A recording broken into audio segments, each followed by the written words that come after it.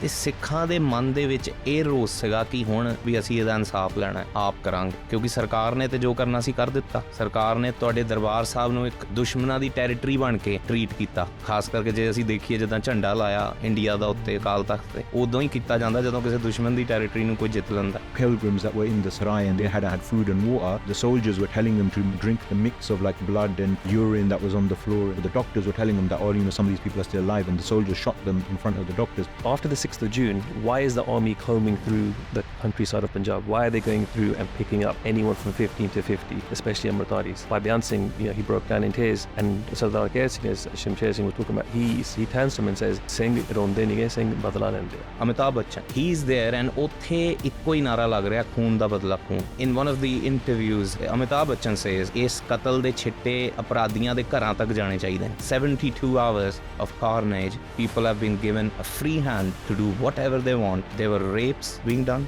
ਗਲਿਆਂ 'ਚ ਟਾਇਰ ਪਾ ਕੇ ਸਾੜਦੇ ਸੀ। They used to burn you alive and they used to dance around you as if it's a celebration. All the machinery of the state were employed to make sure maximum casualty. Ambulances weren't taking Sikhs. Fire services weren't coming out to put out any fires. The Sikhs were turned away from hospitals. You could have a minor injury and pass away. Delhi ਵਿੱਚ ਭਾਵੇਂ ਤੁਸੀਂ ਮੋਨੇ ਸੀਗੇ, ਜੇ ਤੁਹਾਡੇ ਹੱਥ 'ਚ ਕੜਾ ਵੀ ਦਿਸ ਜਾਂਦਾ ਸੀ ਉਹਨਾਂ ਨੂੰ ਕਿ ਇਹ ਕੜਾ ਹੈ, ਇਹ ਸਿੱਖ ਹੋਊਗਾ, ਤੇ ਉਹ ਗਲੇ 'ਚ ਟਾਇਰ ਪਾ ਕੇ ਸਾੜ ਦਿੰਦੇ ਸੀ। ਸਫਦਰਜੰਗ ਹਸਪੀਟਲ ਦੇ ਵਿੱਚ ਪੁਲਿਸ ਰਿਕਾਰਡਸ ਇਹ ਵੀ ਦੱਸਦੇ ਨੇ ਕਿ ਜਿਹੜੇ 2-2, 3-3 ਦਿਨਾਂ ਦੇ ਬੱਚੇ ਉੱਥੇ ਨਵਜਾਤ ਸਿੱਖ ਬੱਚੇ ਪੈਦਾ ਹੋਏ ਸੀਗੇ, ਜਿਹੜੇ ਉੱਥੇ ਦੇ ਵਾਰਡਸ ਵਿੱਚ ਸੀਗੇ, ਉਹਨਾਂ ਨੂੰ ਗੈਸ ਦੇ ਬਰਨਰਾਂ ਤੇ ਰੱਖ ਕੇ ਸਾੜ ਦਿੱਤਾ ਉਹਨਾਂ ਕਿ ਇਹ ਸੱਪ ਦੇ ਬੱਚੇ ਨੇ। ਇਹ ਇੰਡੀਆ ਦੀ ਡੀਪ ਸਟੇਟ ਹੈ। ਤੁਸੀਂ ਉੱਥੇ ਕਾਂਗਰਸ ਨੂੰ ਬਿਠਾ ਲਓ, ਤੁਸੀਂ ਉੱਥੇ ਅਕਾਲੀ ਦਲ ਨੂੰ ਬਿਠਾ ਲਓ, ਤੁਸੀਂ ਉੱਥੇ ਆਮ ਆਦਮੀ ਪਾਰਟੀ ਨੂੰ ਬਿਠਾ ਲਓ, ਇਹੀ ਹੋਏਗਾ ਤੁਹਾਡੇ ਨਾਲ। ਬਿਕੋਜ਼ ਤੁਸੀਂ ਉਹਨਾਂ ਦੀ ਵਨ ਨੇਸ਼ਨ ਥਿਊਰੀ 'ਚ ਸਭ ਤੋਂ ਵੱਡਾ ਆਬਸਟੈਕਲ ਹੋ। ਜਦ ਤੱਕ ਜਾਂ ਤੁਹਾਡੀ ਹੋਂਦ ਖਤਮ ਹੋਏਗੀ ਜਾਂ ਤੁਸੀਂ ਆਪਣਾ ਇਹਨਾਂ ਤੋਂ ਵੱਖ ਆਪਣਾ ਦੇਸ਼ ਬਣਾਓਗੇ। Nothing else in between. When we talk about ਇਨਸਾਫ, ਜੇ ਅਸੀਂ ਵੇਖੀਏ ਨਾ ਕਿ 84 ਦਾ ਇਨਸਾਫ ਕਿੰਨੇ ਦਿੱਤਾ, ਤੇ ਉਹ ਖਾੜਕੂ ਸਿੰਘਾਂ ਨੇ ਦਿੱਤਾ। ਤੇ ਜੇ ਅੱਜ ਅਸੀਂ ਜਿਉਂਦੇ ਹਾਂ ਤੇ ਉਹਨਾਂ ਕਰਕੇ ਜਿਉਂਦੇ ਹਾਂ। The movement was so strong. Like if you ask any Singh who was politically involved in 90s, then Khalistan was actually a reality at that time. You know the famous saying when we say history repeats itself, it's like Bhai Anokh Singh Ji just reminds me of Bhai Mani Singh Ji. Gurdev Singh Debu reminds me of Bhai Dayala Ji. What Sant Jarnail Singh Ji did, it reminds me of Baba Deep Singh Ji ਕਿ ਮੈਂ ਡਿਫੈਂਡ ਕਰਨਾ ਹੀ ਕਰਨਾ ਆਪਣੇ ਸਥਾਨ ਨੂੰ ਭਾਵੇਂ ਮੇਰੇ ਅਖੀਰਲੇ ਸਾਹ ਤੱਕ। ਸੋ ਸੱਚ ਗੱਲ ਇਹ ਹੈ ਕਿ ਇਨਸਾਫ ਤੁਹਾਡਾ ਉਦੋਂ ਹੋਏਗਾ ਜਦੋਂ ਤੁਹਾਡੀ ਆਪਣੀ ਪਾਤਸ਼ਾਹੀ ਮੁਕਰਰ ਹੋਏਗੀ ਤੇ ਤੁਸੀਂ ਆਪਣੀ ਕੋਰਟ ਬਿਠਾਓਗੇ, ਨਾ ਕਿ ਕਿਸੇ ਦੁਨੀਆ ਦੀ ਕੋਰਟ ਨੇ ਤੁਹਾਨੂੰ ਇਨਸਾਫ ਦੇਣਾ।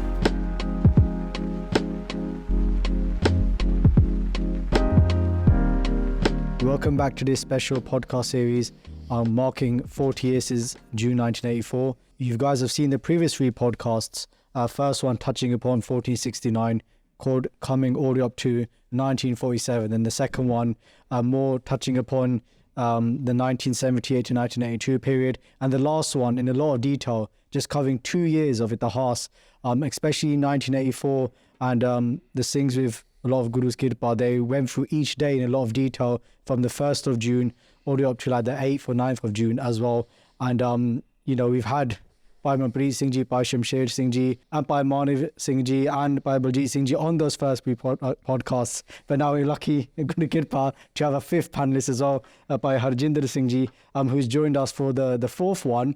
And you can check out the podcast we did with Bhai Harjinder Singh Ji last year on 1984 as well. So we'll put a link to that in the description. So we finished off the last podcast talking about the battle that took place at Sri Harimandar Sahib, and also when it comes to the arrests at Jodhpur jail. But what's happening now then? So, you know, does Darbar Sahib go back to the Sikhs? Do they have the keys? You know, we're leading up to, we finished June, we're going into July, August, September. What's the halat at the time? What's the state looking like? So Darbar Sahib essentially after this moment is still under military occupation and control. And that's something that, you know, has echoes up until the present day. Like you every year on June, especially over the last few years, the military has had a heavy presence, and the you know, paramilitary police forces have a heavy presence in and around Amritsar. Sometimes they seal off certain areas, they conduct flag marches, which is where the police will come out in full force and carry out a parade essentially around Darbar Sahib. And they at that time they had full on military presence. The keys of Darbar Sahib were taken, so Darbar Sahib wasn't in the hands of Sikhs. It was in the hands of the Indian military, and they had a second phase of invasion and control of Darbar Sahib to dominate that space called Operation Black Thunder. But essentially until like September the 30th, they have full control of the Darbar Sahib complex. I think there's one other thing we need to mention here is that in the Anandpur Sahib resolution and the Dharmyud Morcha, they'd been protesting for Prasaran of Gurbani from Darbar Sahib. So as soon as the attack finishes, they send in the government and force the Singh Sahibs and the Raggis to start doing Kirtan on All India Radio. But what the Raggis do in protest is sing Gurbani, which is saying these are dusht. So the shabds that they actually sing are saying that ite, like Babar Bani, the shabd gaya ke ite eti maar pe karlane. So the Sangat knew, sitting at home, that something had happened, even though the media was controlled through Doordarshan as one media outlet for the Sarkar. So there's no independent media in India at the time. But so that the Sangat still knew. So the rules, even though like we say like certain Sikhs are weak-minded or whatever they may be, but even in that situation where the Indian army is ruling over Darbar Sahib, the Raghi Singhs, the Granthi Singhs, they still did all that as well. So they still protested in that way, so people would know at home. Bhai Sahib, you know, in the previous podcast, you spoke about how you're young at that time. You're 6 years old. What was it like at that time? The atmosphere across the world, especially because you were in the UK at that time. What was it like at that time? See, when we saw it on like ITV or BBC News in the UK. So when the news broke, we saw sort of imagery of the army around Darbar Sahib on news reports. But then as soon as the next weekend came, literally it was Hyde Park protest. So all of your family, whoever it was, they all sat on coaches and went. So even the coaches from Warsaw, when I was there, literally it was 4 to a seat. So all the coaches are overloaded. And then you've seen the videos of the Bibi outside, Smedik Godra and stuff as well. So the feeling of protest was so extreme because this was such an extreme act. Because if you think of the Darbar Sahib, it's not that they're attacking the Sikh ethos or the Sikh epicenter, they're attacking the epicenter for all faiths and all Mukhnata. So that's what they attacked. They didn't just attack the Sikh faith, they attacked every faith because it's a universal asthan for everyone in the world. So I know Hindus in India to this day who swear at Indira Gandhi, they're Hindus.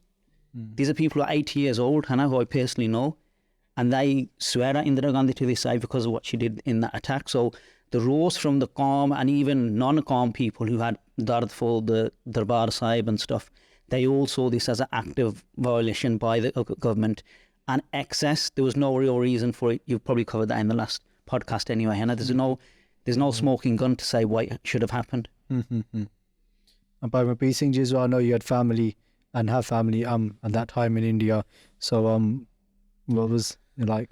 Yeah, I think first thing is it was just unbearable for any Sikh around the globe कि ਤੁਹਾਡੇ ਸਭ ਤੋਂ ਮੁਕੱਦਸ ਸਥਾਨ ਹੈ ਨਾ, to mention even Gurbani says ਡਿੱਠੇ ਸਭੇ ਥਾਂ ਨਹੀਂ ਤੁਧ ਜਿਹੇ ਆ। ਦਰਬਾਰ ਸਾਹਿਬ ਦੀ ਜਿਹੜੀ ਅਹਿਮੀਅਤ ਹੈ ਸਿੱਖਾਂ ਵਾਸਤੇ ਉਹ ਵਰਡਸ ਵਿੱਚ ਨਹੀਂ ਕਹੀ ਜਾ ਸਕਦੀ।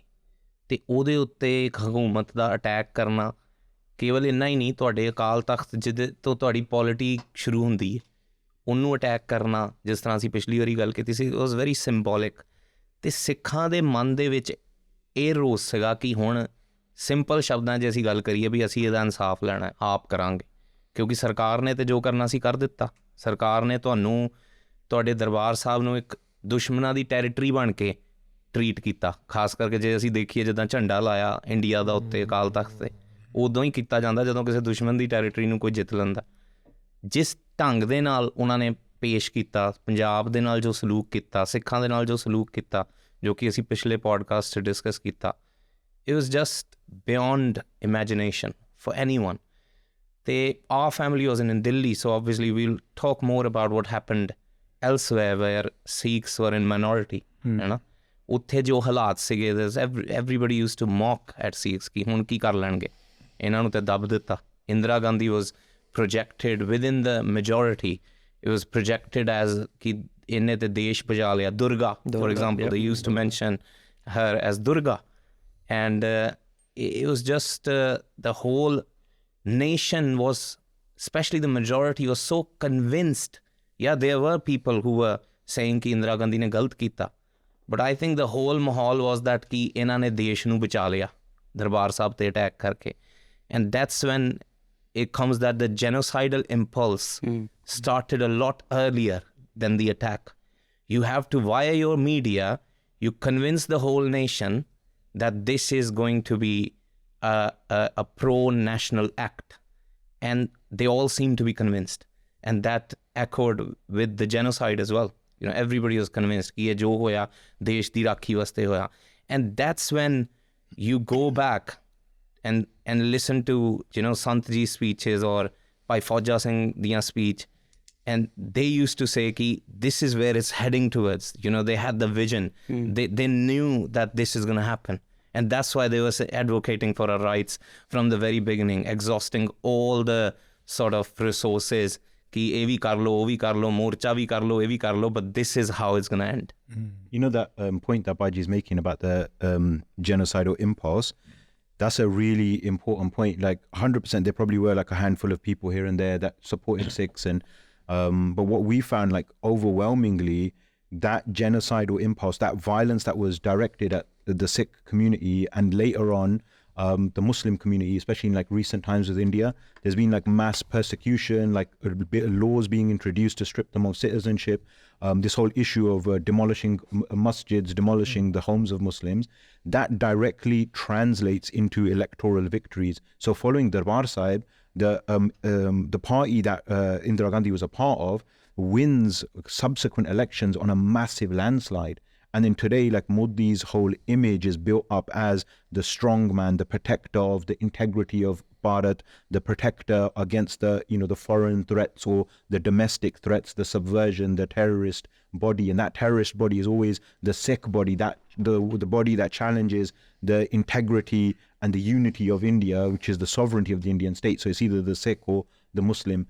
And then what you see like immediately following the Darbar Sahib attack is this mass propaganda overdrive. Like that was why Darbar Sahib was under military occupation. They were cleaning up the place.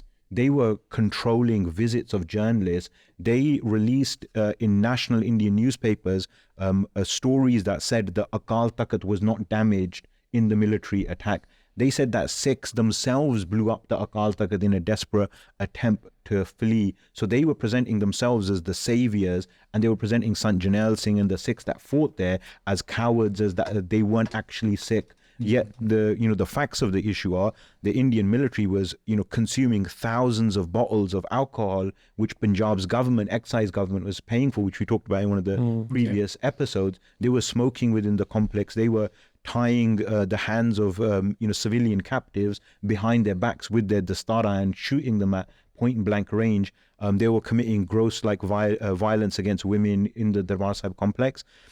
So they were covering all of that up. They were cleaning that up, like, newspapers like the Christian Science Monitor report, that there were, pilgrims that were in the sarai, and they were like, they had had food and water, and the soldiers were telling them to drink the mix of like blood and urine that was on the floor and stuff. So they were controlling that whole complex in order to clean it up, in order to, build up their narrative. At one point, just to add something. Just to add about the narrative. One thing's interesting about how powerful it was in turning the whole of the Indian state against the Sikh population is that the soldiers who were from mostly outside of Punjab, they were taunting the people, like the survivors who had had their hands tied behind their backs. When they were asking for water, like the bibi and the children were dying, many of them died from thirst. They were saying to them that you didn't want to give Rajasthan pani, the hon tusi pani manga there. So it shows you that obviously this from the demands of the Anandpur revolutions, that how communally minded the people had become and how powerful that propaganda was. Yeah, they were taking the lasha of the Sangat out of Darbar Sahib in like rubbish trucks. Like that's how much like bodies there were. And there's one report in like one of the white papers that says like one of those trucks was taken to the mortuary and there was like people were still alive in there.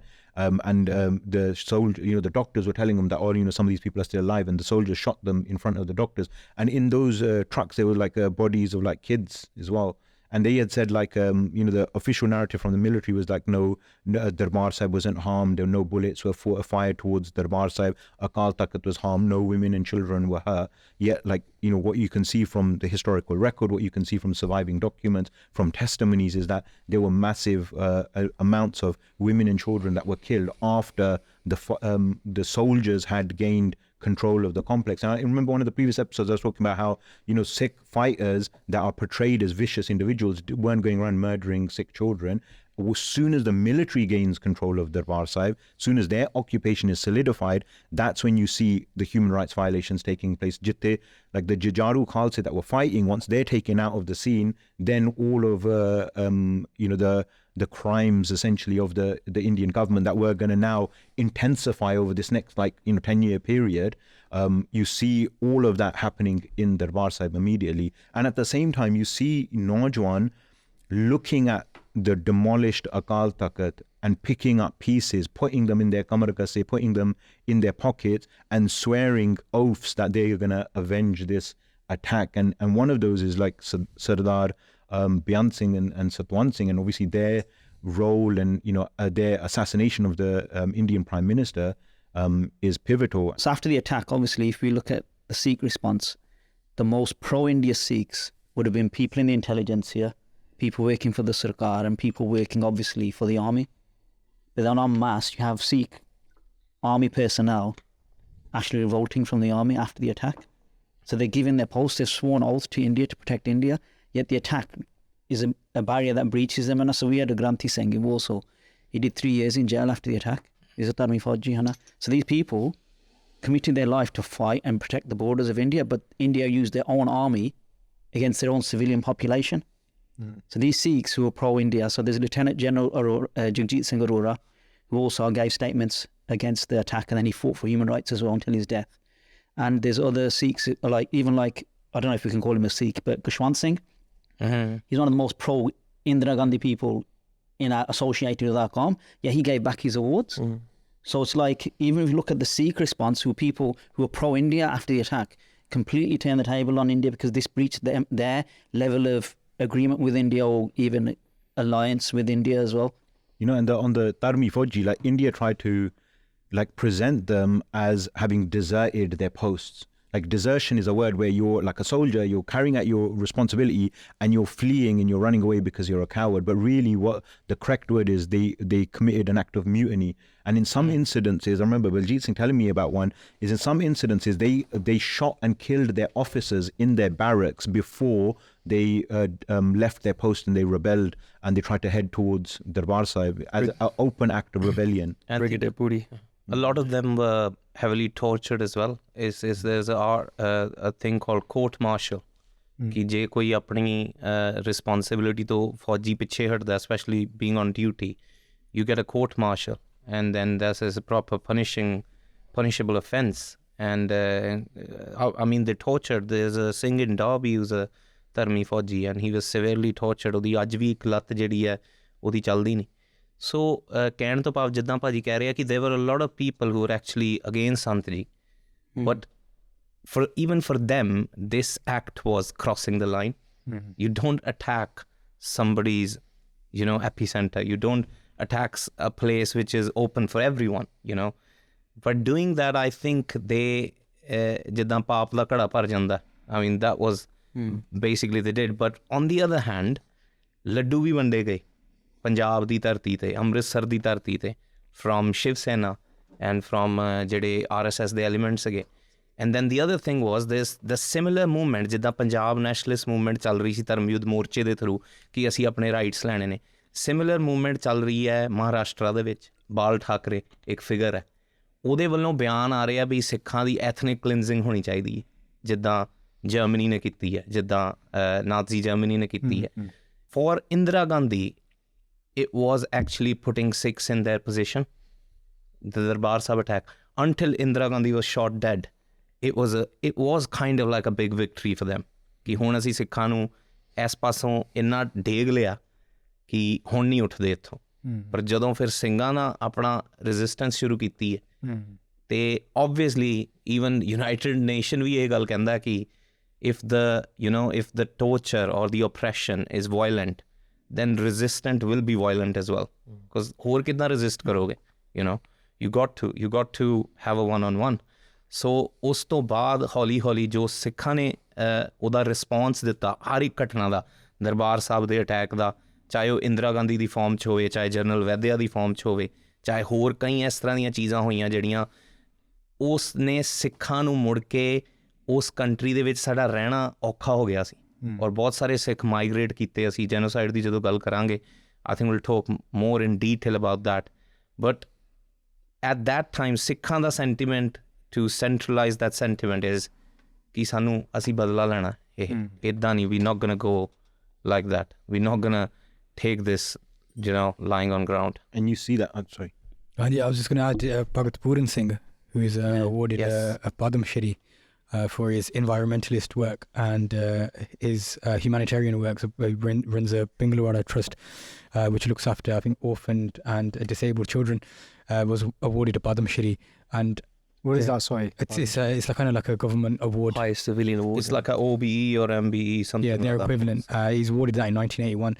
He gives it back after the attack and writes a letter to the president, to the Rashtrapati, citing specifically the mistreatment of Sikhs and the killings of Sikhs in Darbar Sahib as a reason for him giving the award back. You know, going into detail that the army shot Granthi Singhs, that the army shot women and children, things that he knew of just in his circles. He pens that in a letter and gives back his award. So it kind of shows that all parts of like the Sikhs, and we'll go into Delhi and we'll see we'll look at who's actually attacked in Delhi as well. Again, like not saying Bhagat Puran Singh was necessarily pro-government, but as someone who's maybe on a lesser involved in the Tarimid Morcha, is having this feeling post the attack. And we'll go into Delhi and we'll see actually who suffers in Delhi, and it's going to be people who are largely some that are very, very pro-government, very pro-Indira Gandhi, and they have to bear the brunt of what's nothing less than a genocide. Just going back to an earlier point of the response from the Sikh population. So 62 Gurdwara, we've got a list now, but it's higher. So we know 62 definitely, yeah. But the 62, it really goes to about 125, because what happens is the Sangat, even though Punjab's sealed with the army on the streets and then all the shoot on sight orders, the Sangat still walks out their houses even if they've got nothing, try reaching Darbar Sahib. So in that melee, another 60 odd Gurdwara are attacked as part of that.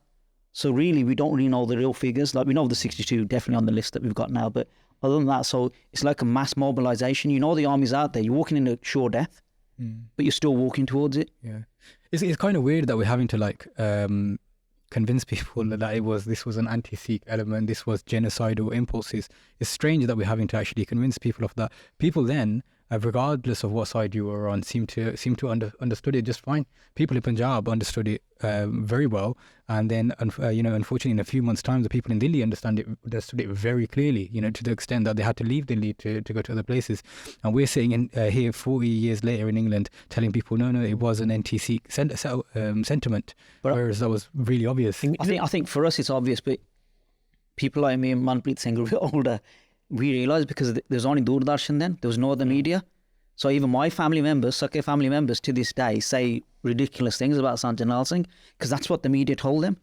So unless they ever got it verified, like we've now got the internet, we've got other things, but at that time, the general consensus of people who were in the know, who didn't have a personal connection to the movement, that's all they knew, what they were fed through the media. I think you'll hear ridiculous stories. ਜਿੱਦਾਂ ਕਈ ਸਿੱਖ ਕਹਿੰਦੇ ਸੀ, even ਕਈ ਹਿੰਦੂ ਕਹਿੰਦੇ ਸੀਗੇ ਇੱਦਾਂ ਕਿ I think Sant Ji was claiming to be the 11th Guru.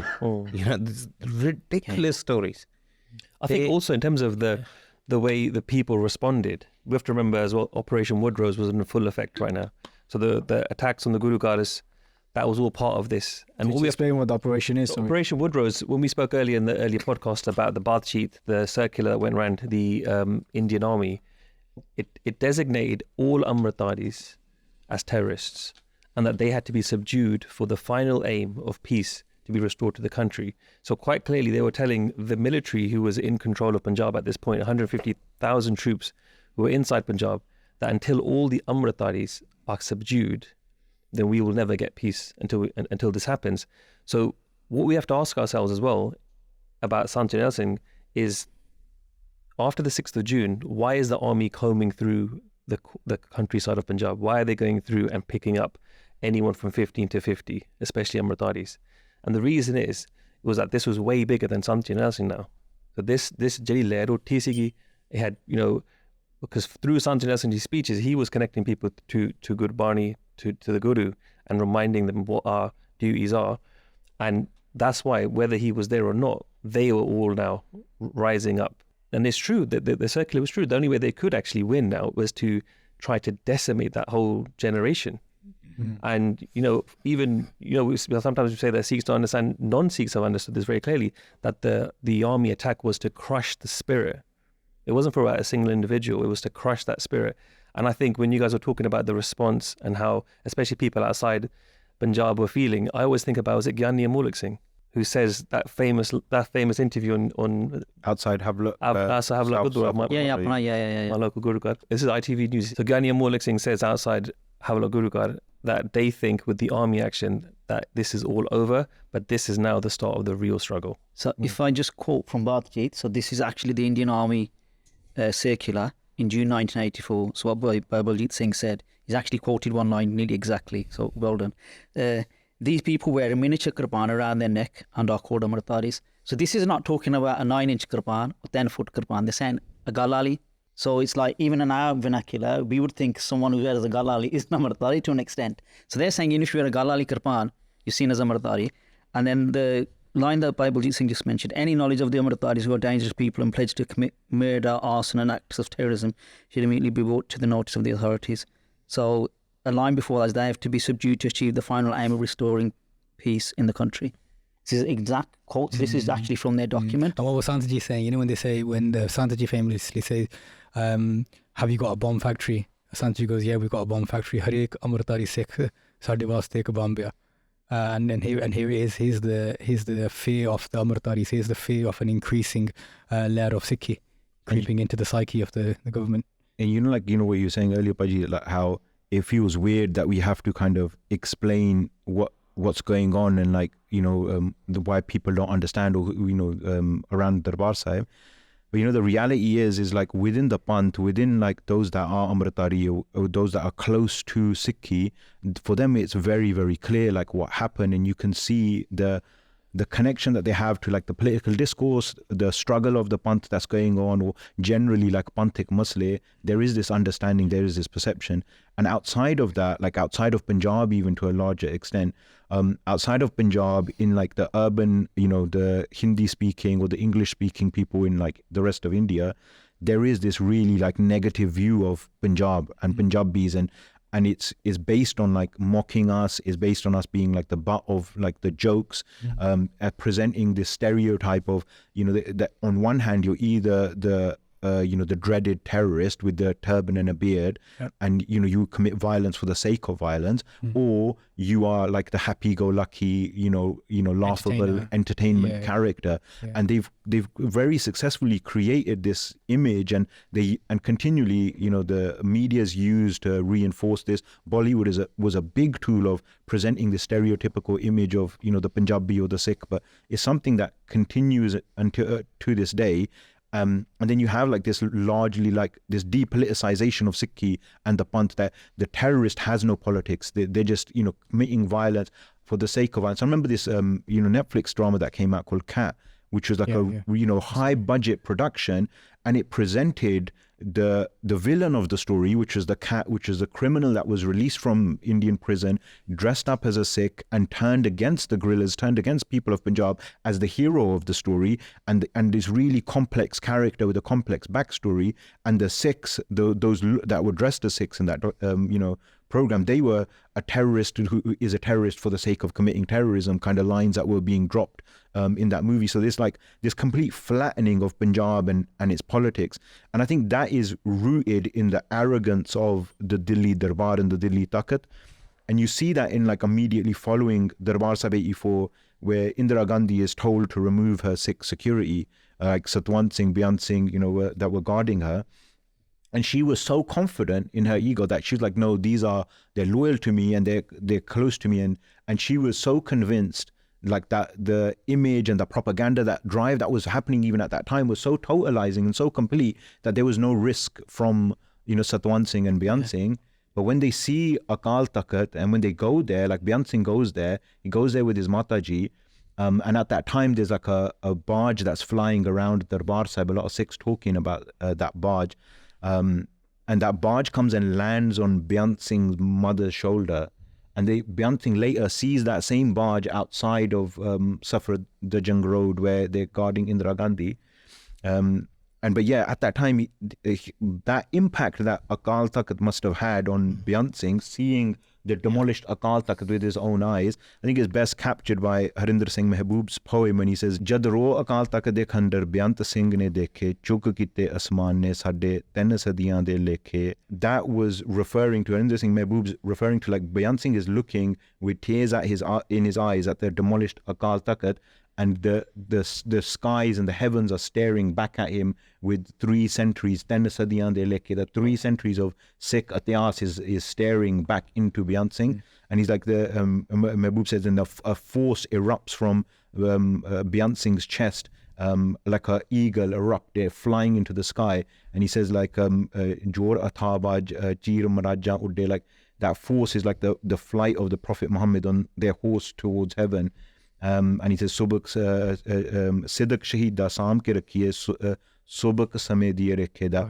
The fine line of time, look after the Siddiq, the courage, the dedication of the Shaheed. So it's a transformational moment, essentially, that when Beant Singh looks at Akal Takht, that incident happens that, people would say is like, superstition or whatever. That barge lands on his Mataji's shoulder. And later on, when he's on his duty, they see that same barge and they try to backfire the motorcycle to like scare it away, but it doesn't scare away.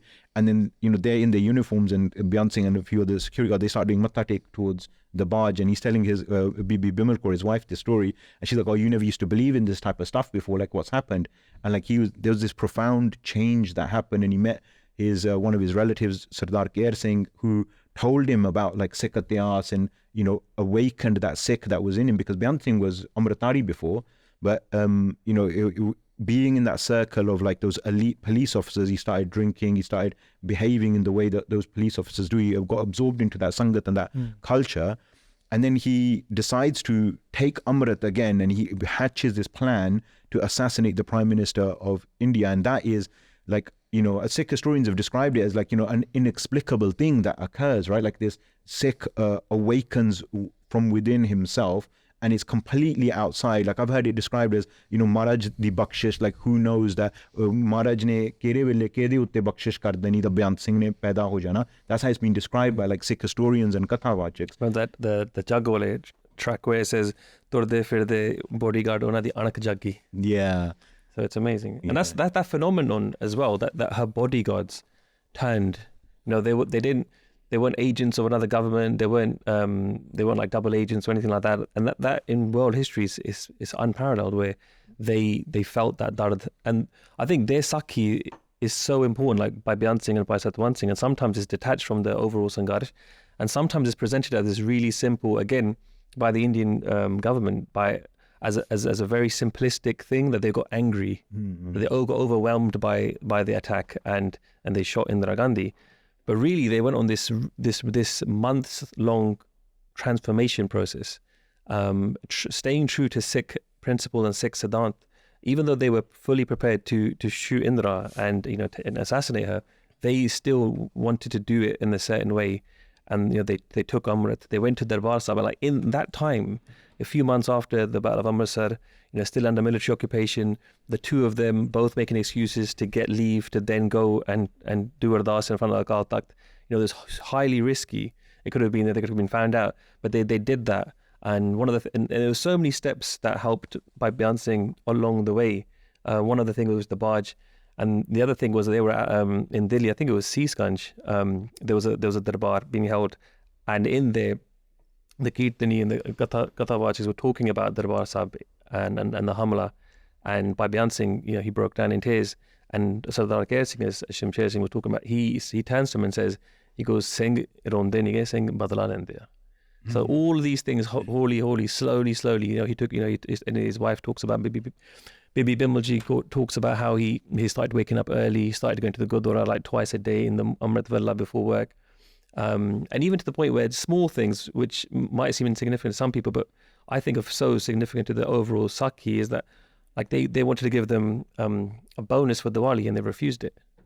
So even though they were planning to assassinate the Prime Minister, and that probably doesn't look good, but they just, part of that Satwant, right, that we're not going to take that, you know, it's not, and Sikhs across Punjab and India didn't celebrate Diwali that year as well.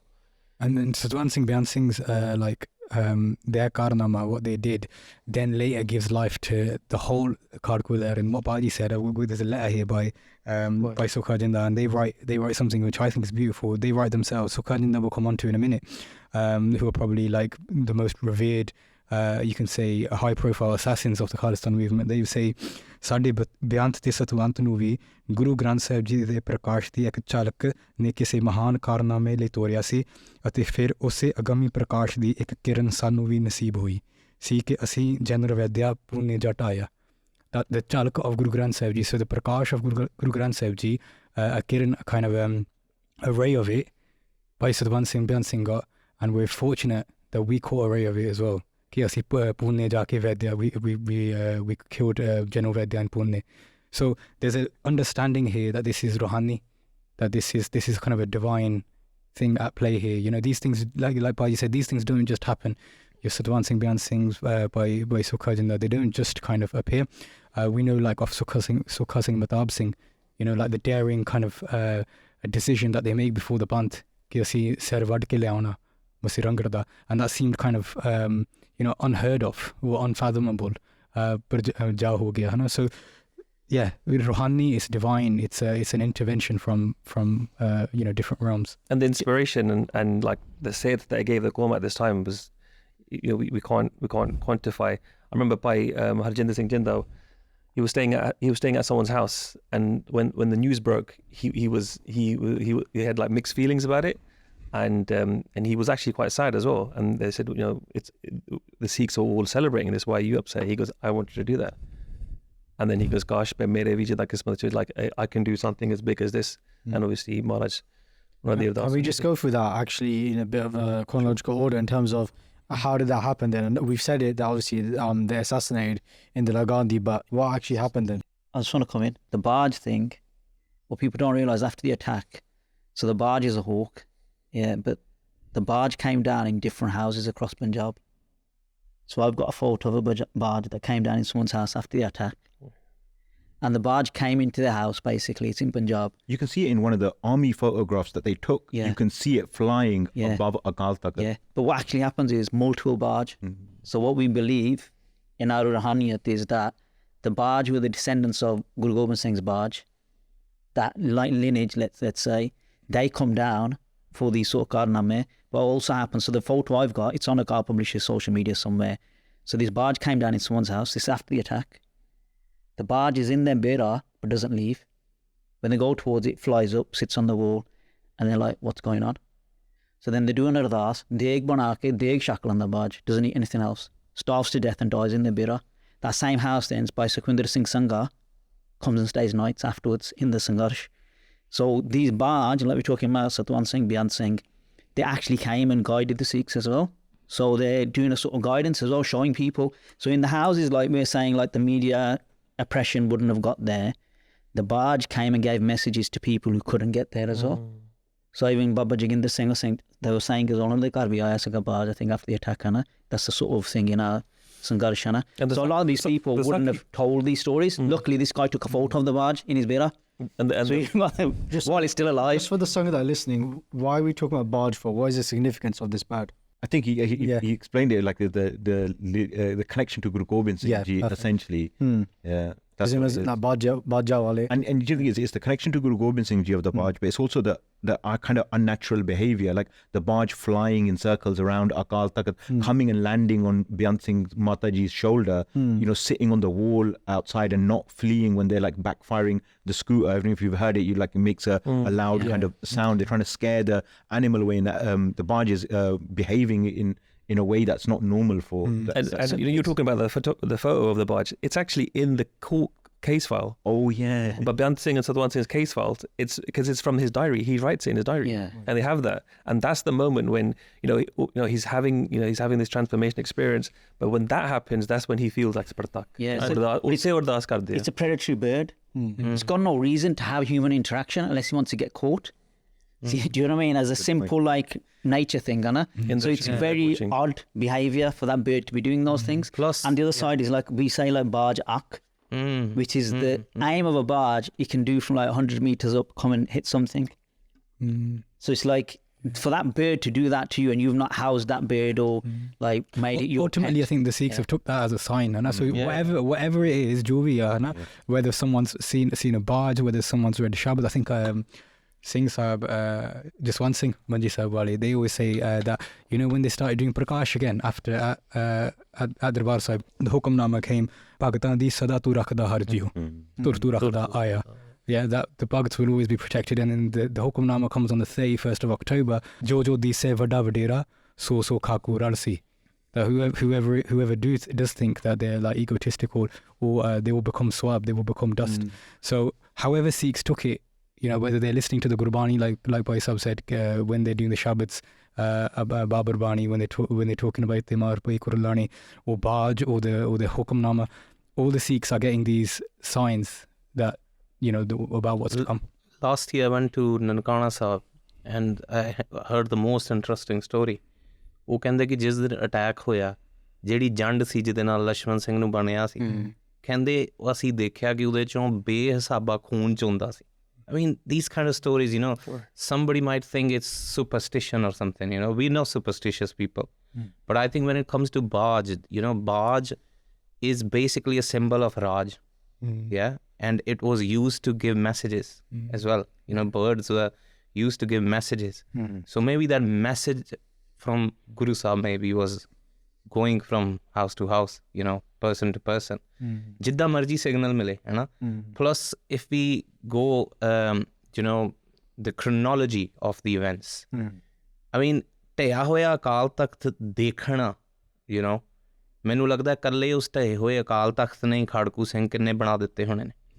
And that's why there was a rush within the Indian government, within the Indian army, ਕਿ ਇਹਨੂੰ ਛੇਤੀ ਛੇਤੀ ਬਣਾਓ ਦੁਬਾਰਾ, you know, ਕਿ ਇਹਨੂੰ ਛੇਤੀ ਬਣਾਓ. ਤਾਈਓ ਅੱਜ till today's date, you know, ਜਿਹੜਾ ਢਹਿਆ ਹੋਇਆ ਅਕਾਲ ਤਖਤ ਸੀ, ਜਿੱਦਾਂ ਇੱਕ ਮਾਡਲ ਪਿਆ ਸਾਡੇ ਕੋਲ ਡਰਬੀ ਮਿਊਜ਼ੀਅਮ 'ਚ, ਜਦੋਂ ਅਸੀਂ ਉਹਦੇ ਕੋਲੋਂ ਵੀ ਲੰਘਦੇ ਹਾਂ ਨਾ, it's just unbearable. ਤੁਸੀਂ ਸੋਚ ਕੇ ਵੇਖੋ ਕਿੰਨੇ ਸਾਲਾਂ ਦਾ ਇਤਿਹਾਸ, ਜਿੱਥੋਂ ਗੁਰੂ ਹਰਗੋਬਿੰਦ ਸਾਹਿਬ ਪਾਤਸ਼ਾਹ ਫੈਸਲੇ ਕਰਦੇ ਹੋਣ, ਉਹਨੂੰ ਇੱਕ ਟੁੱਚਾ ਜਿਹਾ ਰਾਜਾ, ਇੱਕ ਟੁੱਚੇ ਜਿਹੇ ਦੇਸ਼ ਦਾ ਬੰਦਾ ਢਾਹ ਦੇਵੇ, ਯੂ ਨੋ, ਇਹ ਸਿੱਖਾਂ ਲਈ ਅਨਬੇਅਰੇਬਲ ਹੈ. ਔਰ ਜਿੱਦਾਂ ਭਾਈ ਸਾਹਿਬ ਨੇ ਕਿਹਾ ਨਾ ਕਿ ਇਹ ਇੱਕ ਨਵਾਂ, ਇੱਧਰੋਂ ਇੱਕ ਨਵੀਂ ਗੱਲ ਸ਼ੁਰੂ ਹੁੰਦੀ ਹੈ, ਇੱਥੋਂ ਇੱਕ ਨਵਾਂ ਅਧਿਆਏ ਸ਼ੁਰੂ ਹੁੰਦਾ ਕਿ ਇਸ ਤੋਂ ਬਾਅਦ ਹੁਣ ਜਿਹੜਾ ਇਹਦਾ ਐਂਡ ਹੈ ਉਹ ਰਾਜ ਅਚੀਵਮੈਂਟ 'ਤੇ ਜਾ ਕੇ ਹੀ ਖਤਮ ਹੋਏਗਾ, ਉਸ ਤੋਂ ਪਹਿਲਾਂ ਨਹੀਂ ਖਤਮ ਹੋ ਸਕਦਾ. ਤੁਸੀਂ ਉਸ ਦੇਸ਼ ਦੇ ਵਿੱਚ ਨਹੀਂ ਰਹੋਗੇ. ਜਿਸ ਤਰ੍ਹਾਂ ਅਸਲ ਗੱਲ ਆਉਂਦੀ ਜੇ ਜੀਵੈ ਪਤ ਲੱਥੀ ਜਾਏ ਸਭ ਹਰਾਮ ਚੇਤਾ ਕਿਛ ਖਾਏ, ਇਹ ਗੁਰਬਾਣੀ ਦੇ ਮਤਲਬ ਤਾਂ ਇਹਦੇ ਸਪਿਰਿਚੁਅਲ ਨੇ, ਪਰ ਜੇ ਮੈਂ ਦੁਨੀਆ 'ਤੇ ਅਪਲਾਈ ਕਰਾਂ, ਤੁਸੀਂ ਉਸ ਦੇਸ਼ 'ਚ ਕਿੱਦਾਂ ਰਹਿ ਲੋਗੇ ਜਿਹਨੇ ਤੁਹਾਡੇ ਨਾਲ ਇਹ ਕੀਤਾ ਹੋਵੇ. ਸੋ ਉਹ ਜਿਹੜਾ CPWD ਨੂੰ ਸੱਦਣਾ, ਹਜ਼ਾਰਾਂ ਹੀ ਕੰਟਰੈਕਟਰਸ ਨੂੰ ਸੱਦਣਾ ਅਤੇ ਦਰਬਾਰ ਸਾਹਿਬ ਨੂੰ ਛੇਤੀ ਛੇਤੀ ਬਣਾਉਣਾ, ਜਿਹੜਾ ਮੁੜ ਕੇ ਸੰਗਤ ਨੇ ਅਨਅਪਰੂਵ ਕਰ ਦਿੱਤਾ ਅਤੇ ਮੁੜ ਕੇ ਫਿਰ ਕਾਰ ਸੇਵਾ ਦੇ ਥਰੂ ਬਣਾਇਆ, ਉਹ ਜਿਹੜੀ ਉਹਨਾਂ ਦੀ ਕਾਹਲੀ ਸੀ. ਮੈਂ ਤਾਂ ਸੋਚਦਾ ਜੇ ਸੱਚੀ ਗੱਲ ਹੈ, ਜੇ ਵਾਕਈ 'ਚ ਹੀ ਸਾਡੇ ਵੱਸ 'ਚ ਹੋਵੇ, ਮੇਰੀ ਆਪਣੀ ਪਰਸਨਲ ਫੀਲਿੰਗ ਹੈ ਕਿ ਜੇ ਉਹ ਢਿਆ ਹੀ ਰਹਿੰਦਾ ਨਾ, ਤੇ ਖਾਲਸਾ ਰਾਜ ਅਸੀਂ 5 ਸਾਲਾਂ 'ਚ ਲੈ ਲੈਣਾ ਸੀ. But just to backtrack slightly onto, you know, immediately with like Beant Singh, we've got an interview with their wife, Bibi Bimal Kaur, we as in like the Sikh community have, and that's a really important resource because she speaks to a magazine called Paigam, which was a grassroots, essentially Panthic magazine that was distributed at that time with a huge circulation, you know, amongst Punjab's Sikh population. And she gives an interview in there, and in that interview she talks about like the sequence of events that lead up to Beant Singh, you know, this decorated, you know, paramilitary, military police personnel who's guarding, you know, the Indian Prime Minister, arguably one of the highest, you know, job roles you can have when you're working in that force. And she talks about like his whole transformation, how he, you know, the Akal Takat, seeing that, witnessing that, has this really deep impact on him, and he goes into himself essentially, and then he becomes you know, like really like deeply moved by it, and then he goes and visits Darbar Sahib. You know, he talks about the barge incident to her, she talks about that to the magazine, and then he starts telling her that like, you know, my desire is now to become Shaheed, and she's like, oh, why are you talking like this? Like, what about our children? What's going to happen to our kids? And he's like, in Darbar Sahib, like so many children died, like the Panth will look after them. Like they'll, they'll be fine. And then he starts talking about taking Amrit. He says he wants to take Amrit. He wants to, carry out this, he doesn't tell her about the assassination, but he just talks about his desire. And then he wants her to take Amrit as well. And then I think he doesn't tell her, from what you can understand from those interviews, he doesn't tell her because he knows what the response is going to be from the government, and they're going to harass her, and if they suspect that she knows information, then she'll end up in prison, etc. And he goes and takes Amrit, and then he comes back, and then he tells her though that he suspects that Indira Gandhi and the government is hatching a larger, more sinister plot to target and kill Sikhs. And he's fearing that this plot to target and kill Sikhs, is going to be put into action very, very soon. And he feels that by assassinating the Indian Prime Minister, that he could delay or prevent that, sinister plot that unfolding. And so he sees his action as badla, and also as like a preventative step to try to, protect the larger Sikh population from a government conspiracy of murder. And then, obviously this whole, the incident happens. Before then, there's actually a previous assassination attempt. He actually tells Rajiv Gandhi, who was a child at that time, that if you see or hear an explosion or gunfire, go and lie down to protect yourself, because he doesn't want her, kid to die in the assassination attempt. And I think he was timing it for Indian Independence Day, etc. And then that doesn't go through, and then it happens on the 31st of October. And then with that happens, and obviously Beant Singh is killed on the spot. He's arrested. He's taken into a room by the other security guards, and then he's shot and killed in that room. And Satwant Singh, who also participates in the assassination, he's shot and then he's arrested and sent to prison. Satwant Singh, they find like Sant Jail Singh's. And just to interject as well, as we're going through this podcast series, one thing we'll always see is what the Sikh response was and what the state's response is, and on each level you see how was Sadaki Sadant. Yeah? So when Beant Singh and Satwant Singh assassinate Indira Gandhi, they shoot Indira Gandhi. All of the armed personnel run away, and they actually put their guns down and say that what we've done, what we came to do, we've done. Didn't try to run away, pura kabul kita, and didn't want to shoot a single person. They had to wait for a while before those lot came back, and. So yeah, it just shows. And even there, they put their guns down. They said we're done. As they're being kind of escorted, there's a scuffle because someone says something to by Beant Singh, I think. And it's Satwant Singh is the Diwan, is the young, well-built Diwan. So Satwant Singh gets into a fist fight. And from there, that's when firing happens. And Satwant Singh has jumped on top of Beant Singh, saying, "You're not shooting him." And in that, Satwant Singh is shot. Satwant Singh is shot, I think, in his bakki, right? And they don't take that bullet out, and they just leave it in there. Satwant Singh gets it out himself with a chamcha in his cell, right? As in lodges the chamcha in the wound, and then takes the bullet out and gives it back to, I think my Baba. He smuggles it out. His family members smuggle the bullet out. So we have a document. So obviously the attack happens. The Sarkar narrative is one blanket, but then on the other side you have an organisation called Citizens for Democracy, which is made up of non-Sikhs who are liberals. They come in, they have interviews with people who survived the attack, and they give a completely opposite narrative of what the Indian Army had given and the Indian Sarkar. So their report's called Oppression in Punjab. So that report was published. They were all arrested. To this day, it's still banned in India. What did the COM do? What was the COM response? And just on that report as well, it's really important to mention that report wasn't pro-Sikh freedom. It called the Sikh resistance fighters terrorists. It wasn't like pro-Khalistan or anything. They were just interested, like Baji said, Citizens for Democracy are reporting to a repression in Punjab. They just wanted to look at the human rights angle, like what's happening to the people. And they found this mass, like human rights violations taking place on a mass scale. And sorry, go on. So they just reported on the attack, in essence, of what they found from the witnesses who survived. So, but that report was banned, and then these people are arrested. So what does the COM do? I've got 5 copies of that report at home because the COM just printed it and published it and redid it over and over again. And so Punjab was flooded with this report.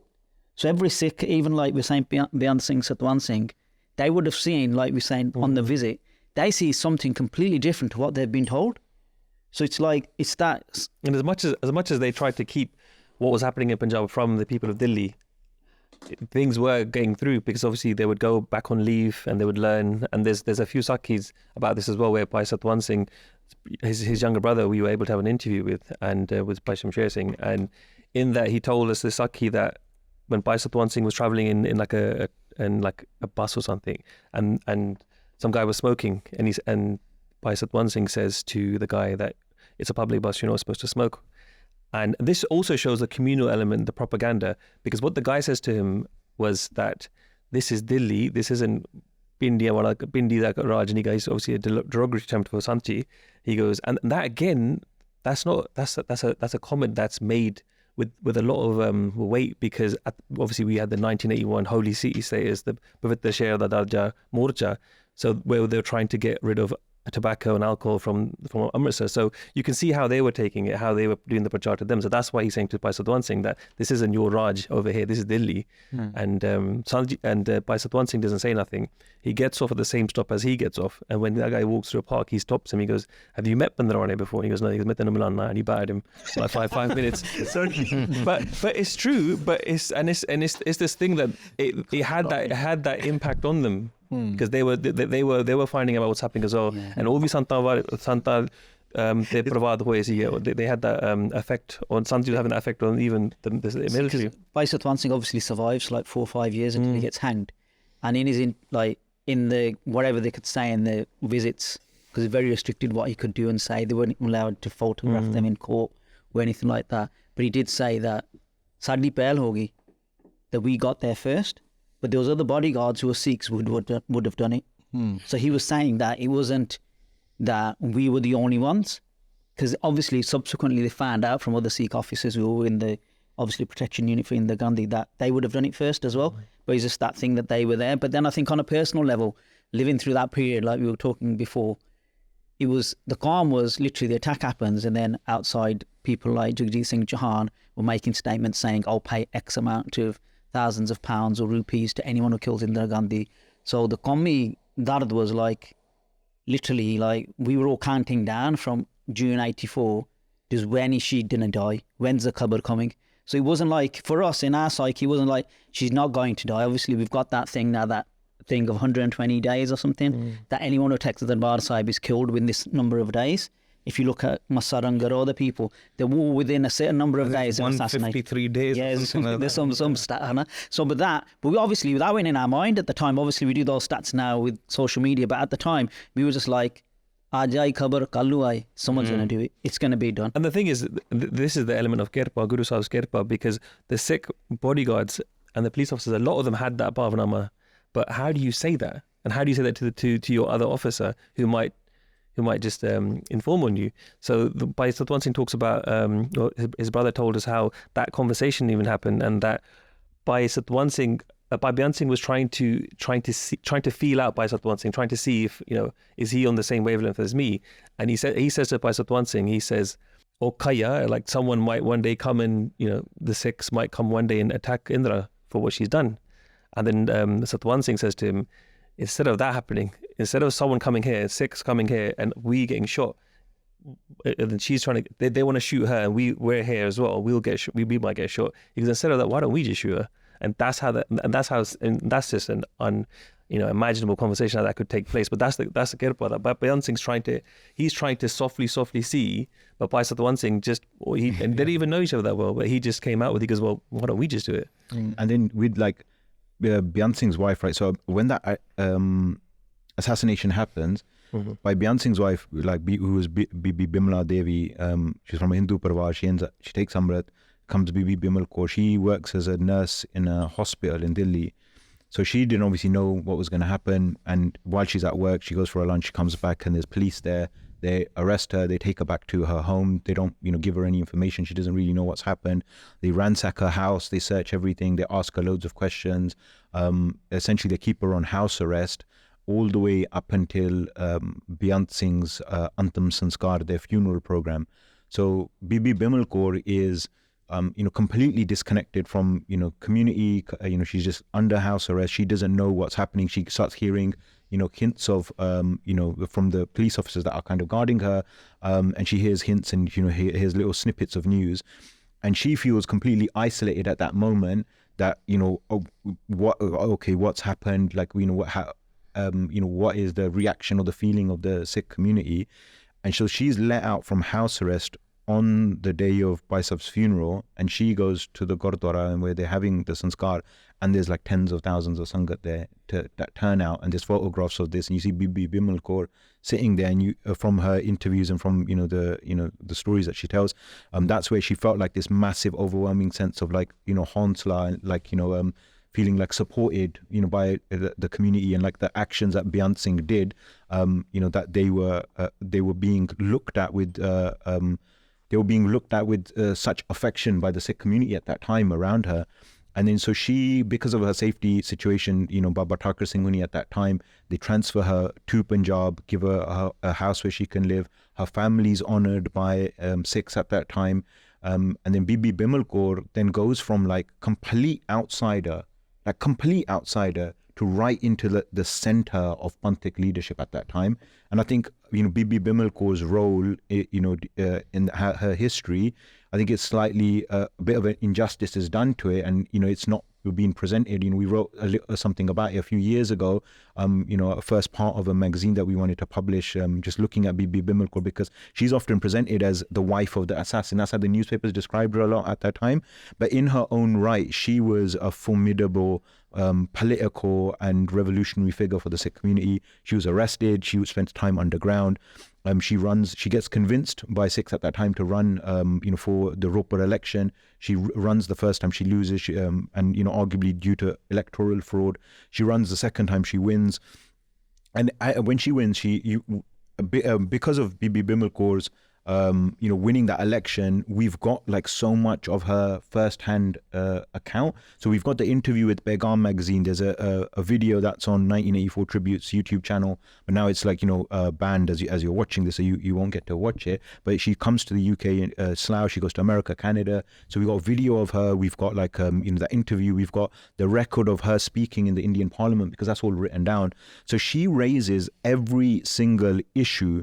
And this is obviously going to become a theme now going forward over this decade: the water rights issue, the language issue, the illegal detention, the harassment of Sikh Naujawan, farmers' issues, education. Every single issue that you can think of today that Sikhs are talking about, she raises every single issue in the Indian Parliament.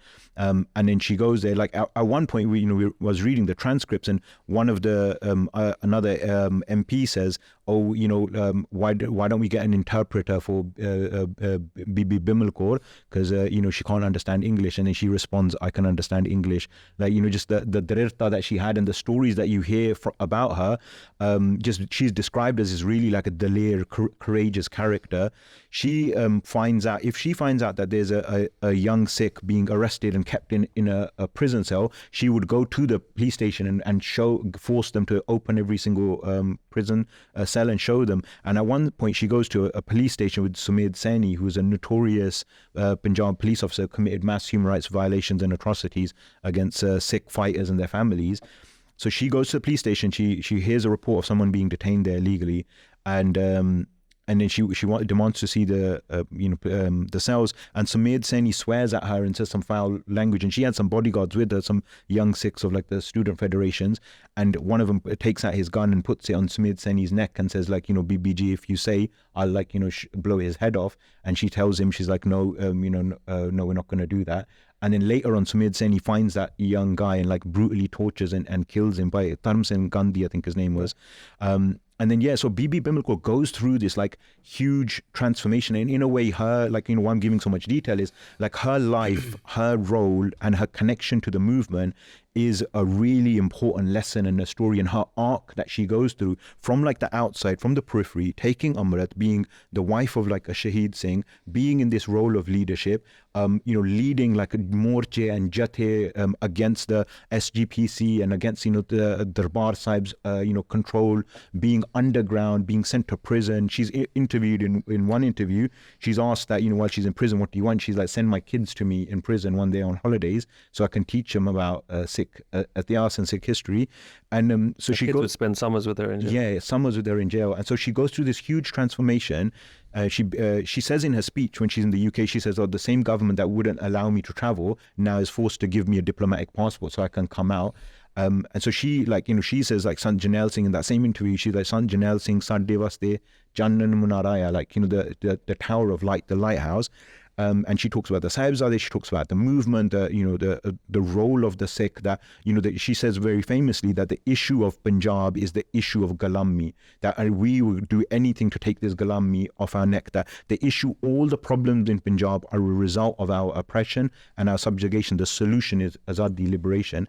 She eventually then, having raised all these issues in Parliament, sees that it's going nowhere, sees that participating in the Indian electoral system is completely useless and fruitless, and she argues and has differences with dominant, Sikhs that are in politics still to this day within that same system.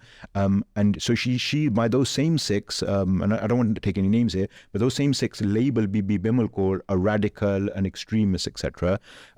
She resigns. She resigns from the Indian Parliament. She says, I leave this house in protest, that no issue is going to be resolved. She talks about the emergency laws being imposed in Punjab. Just a second. Time and again. Imagine how powerful those optics are, that in the opposition to Rajiv Gandhi, who's now the Prime Minister, is the wife of the assassin. Wife of the assassin. And she's won a mandate, and she's raising continuously every single issue. She's seen as a fierce advocate of Punjab and Punjab's issues. And so, I mean, like, I couldn't imagine a better, more articulate, more like, a courageous, person being in the role of the MP. And she's in that role. She does this. And at the same time, she's making links with the Khalistan Commando Force, the underground, militant organizations. She's, she's meeting other women that want to engage in militancy. She arranges their Anand Karaj, their weddings with other Sikhs that are also like underground. And then she resigns from the Indian Parliament. She says one of her last statements is, I leave this house in protest. She resigns from there, and then she's killed in her house. She's essentially assassinated. Somebody breaks into her house, forces cyanide or poison or gives her something, and she dies.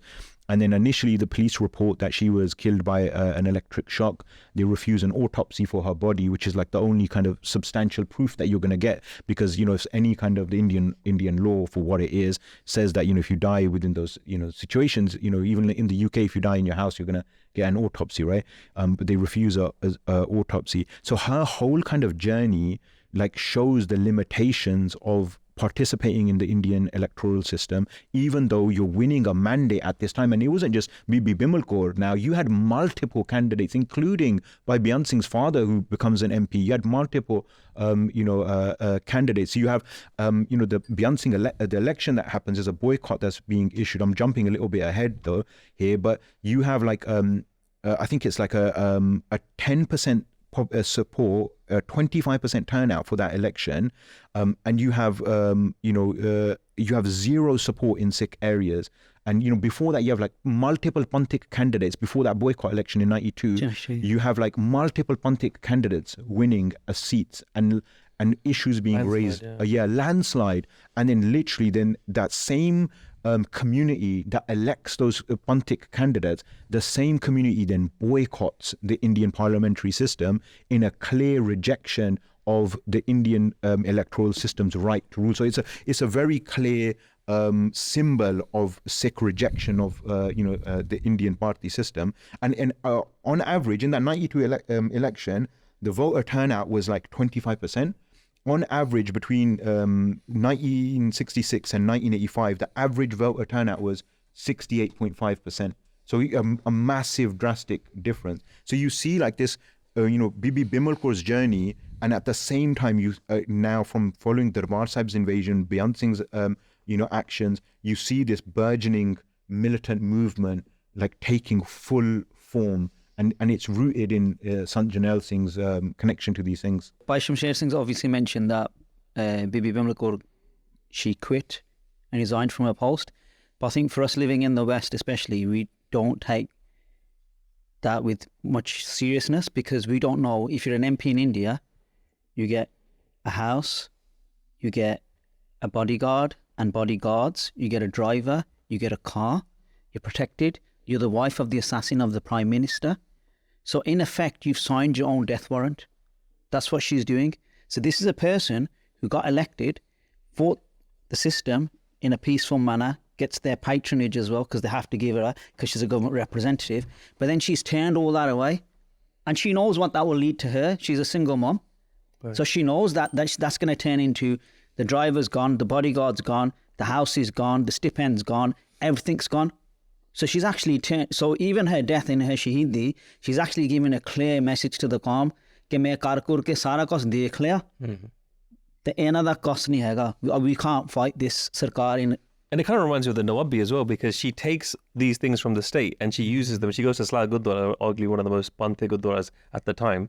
But I think the Nawabbi, she doesn't take it because she's voted by a Sikh population. No, but population. what I mean is she uses those things against the state. Yeah. So she's being advocate for Sikh issues. Plus, I think even one of the things, like, you know, having a member of parliament, she would go to the fields, jithe muqable huye, and wouldn't let the police take the lasha of the Shahidi Swarups of the young boys. She would like fight for them. And who would do that? Like in the middle of the night, whenever, because she was a member of parliament, she used that as much as she could. Plus, I think, standing in election was just to prove the point कि awam di आवाज किथे है. They're all with the Shahid Singhs, and, just to show their side. Obviously, she knew from day one nothing good's going to come out of it. We can't work in that system. No. You can't get anything done in that system. Just to prove the point that we've exhausted all means. And for the past hour, we've spoken about the response by the Sikh Panth, whether that's by Beant Singh Ji, Bibi Bimla Kaur Ji, going forward.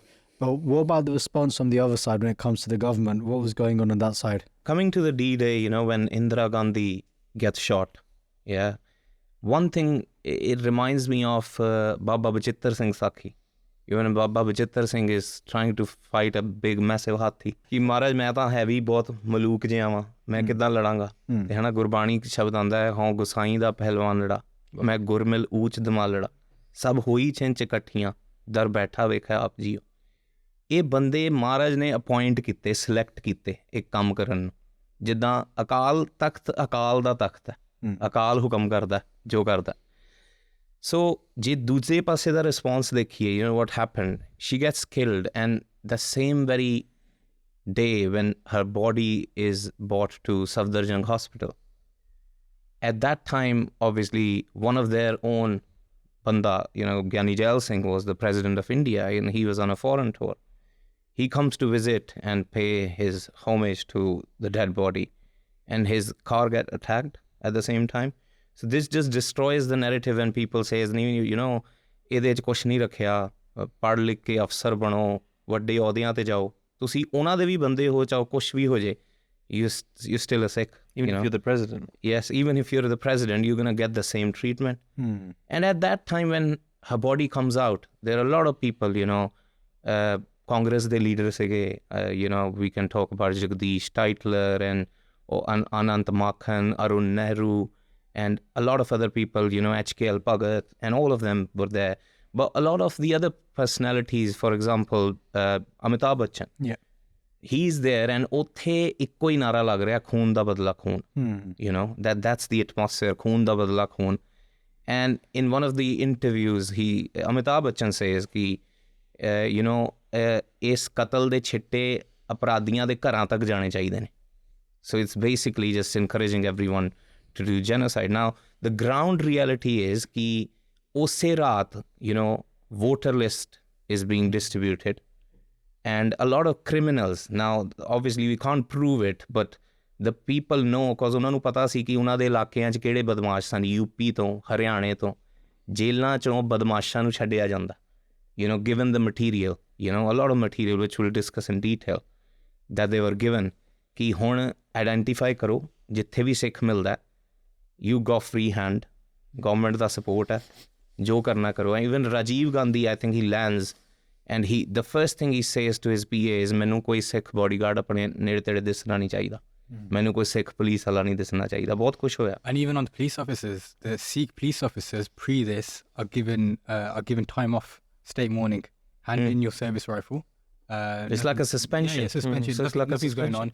Give us your service, your issued pistol back, and take a few days, whilst then criminals are being brought in from other states. And I think the other side is, like, we're talking about the dehumanization of the Sikhs and vilification of the Sikh population, and what Satwant Singh, Beant Singh said, that this was already being planned.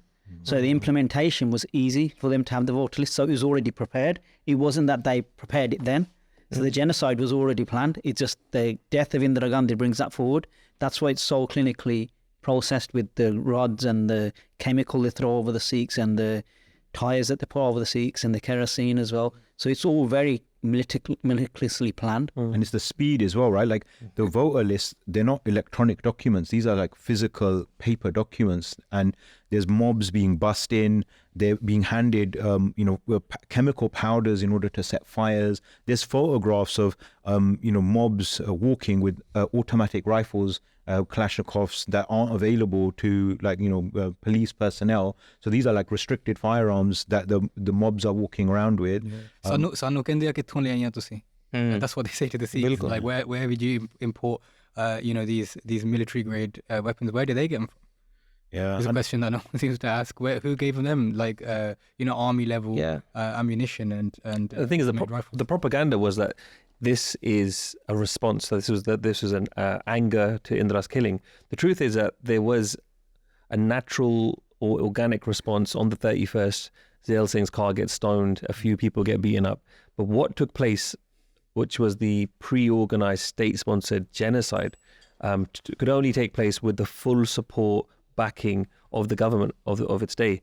And they used the buses, state buses, all the machinery of the state were employed to make sure maximum casualties. Because we know that the figure of Sikhs that died or were massacred in Delhi reaches around 10,000, and this is in less than a week. And that figure could only get to that point because, for example, ambulances weren't taking Sikhs. Fire services weren't coming out to put out any fires. Sikhs were turned away from hospitals. So you could have a minor injury and pass away. So this is the extent. And I think one thing that I always find horrific about the Delhi genocide is they obviously try to portray this as a riot.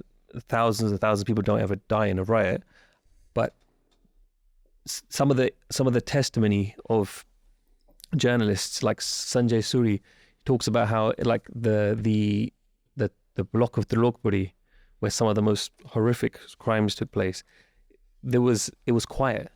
So the mobs that came in, there was no shouting, there was no screaming. The police had already closed off the whole block. No one's getting out anywhere.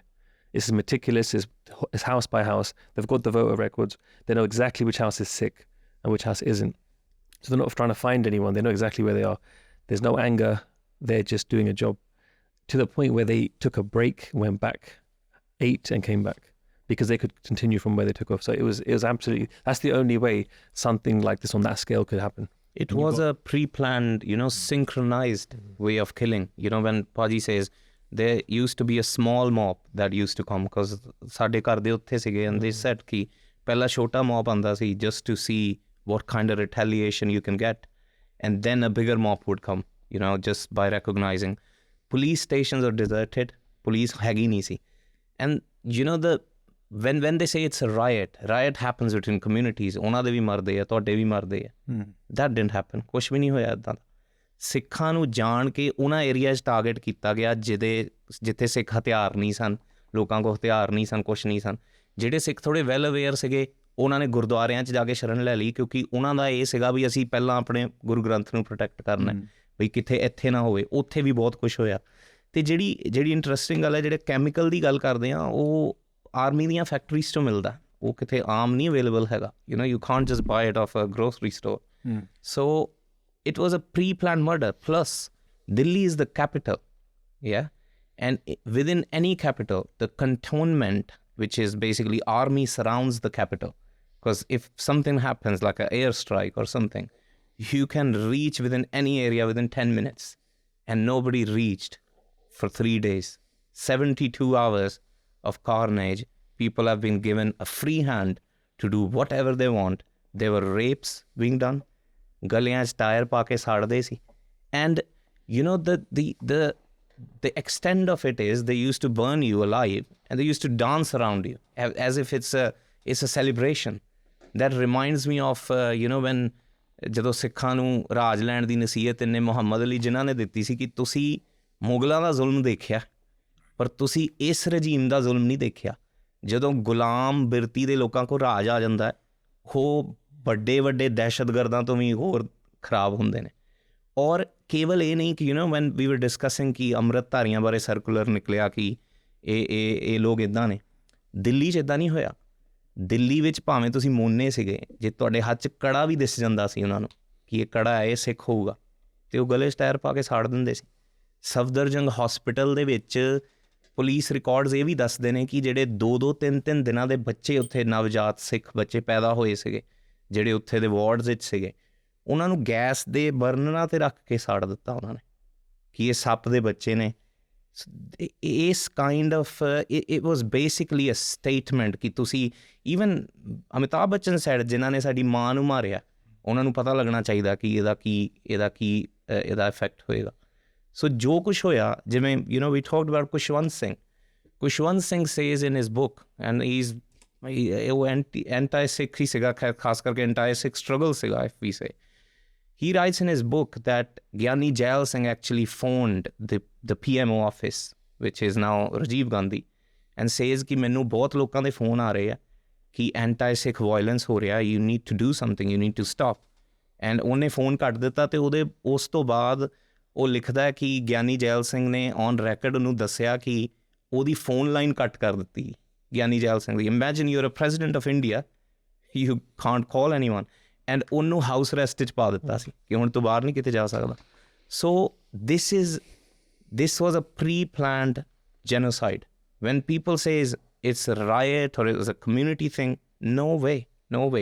Indian government the deep state ਨੇ ਇਹ plan ਕੀਤਾ ਸੀ। and I would not say ਇਹ ਕਾਂਗਰਸ ਸੀਗੀ। ਮੈਨੂੰ ਕਈ ਵਾਰੀ ਅੱਜ ਵੀ ਜਦੋਂ ਦਰਬਾਰ ਸਾਹਿਬ 'ਚ ਹੁਣ ਅਰਦਾਸ ਹੋਈ ਹੈ ਜਿਹੜਾ ਮੈਮੋਰੀਅਲ ਬਣਾਇਆ, and Manav Singh was just telling me that ਅਰਦਾਸ ਇਹ ਹੋਈ ਕਿ ਕਾਂਗਰਸ ਨੇ ਜੋ ਸਿੱਖਾਂ ਨਾਲ ਕੀਤਾ, ਨਹੀਂ ਇਹ ਕਾਂਗਰਸ ਨਹੀਂ ਹੈ, ਇਹ ਇੰਡੀਆ ਦੀ ਡੀਪ ਸਟੇਟ ਹੈ। ਤੁਸੀਂ ਉੱਥੇ ਕਾਂਗਰਸ ਨੂੰ ਬਿਠਾ ਲਓ, ਤੁਸੀਂ ਉੱਥੇ ਅਕਾਲੀ ਦਲ ਨੂੰ ਬਿਠਾ ਲਓ, ਤੁਸੀਂ ਉੱਥੇ ਆਮ ਆਦਮੀ ਪਾਰਟੀ ਨੂੰ ਬਿਠਾ ਲਓ, ਇਹੀ ਹੋਏਗਾ ਤੁਹਾਡੇ ਨਾਲ। ਬਿਕੋਜ਼ ਤੁਸੀਂ ਉਹਨਾਂ ਦੀ ਵਨ ਨੇਸ਼ਨ ਥਿਊਰੀ 'ਚ ਸਭ ਤੋਂ ਵੱਡਾ ਆਬਸਟੈਕਲ ਹੋ। ਜਦ ਤੱਕ ਜਾਂ ਤੁਹਾਡੀ ਹੋਂਦ ਖਤਮ ਹੋਏਗੀ ਜਾਂ ਤੁਸੀਂ ਇਹਨਾਂ ਤੋਂ ਵੱਖ ਆਪਣਾ ਦੇਸ਼ ਬਣਾਓਗੇ। Nothing else in between. And that's the support base, right? We were talking about earlier that's being galvanized is that same support base that's electing Modi. In Delhi, you've got police officials' complaints, you've got politicians making statements, you've got officials of the Indian government on record saying, that the shop signs were in English. How did the illiterate masses know which stores belonged to Sikhs and which stores didn't belong to Sikhs? You've got police officers on record complaining that they're not being given reinforcements, that the situation is out of control. They've been told by their superiors to stand down, not to go into those There's photographs of the police are standing by. Yeah, literally as the fires are burning behind them. And the Sikhs that survived that, the testimonies that you hear from, there's a compilation that we did a while back that's on our YouTube channel, like of news footage. You see in that news footage completely destroys all of these myths, around Delhi. The reporters are asking the kids, why is this kid being set on fire? And people are saying, Sardar da bacha, because they were a child of Sikhs. And the survivors are taken into and put into refugee camps and left there without any medical aid, left there to starve. And it's a local Sikh community, the Gurdwara, that are giving them langar in order to help them. So this was fully systematic. It was a plan that was put into place. The plan was accelerated and put into place. It would have come into force in a much more systemic way, and it would be on a much larger scale, because the violence wasn't just limited to Delhi; it was spread out all over the Indian state. And you see, Delhi is a precursor Because so Delhi is according to the Indian government, is presented as the rage of the Hindu masses, this mob violence, this anger.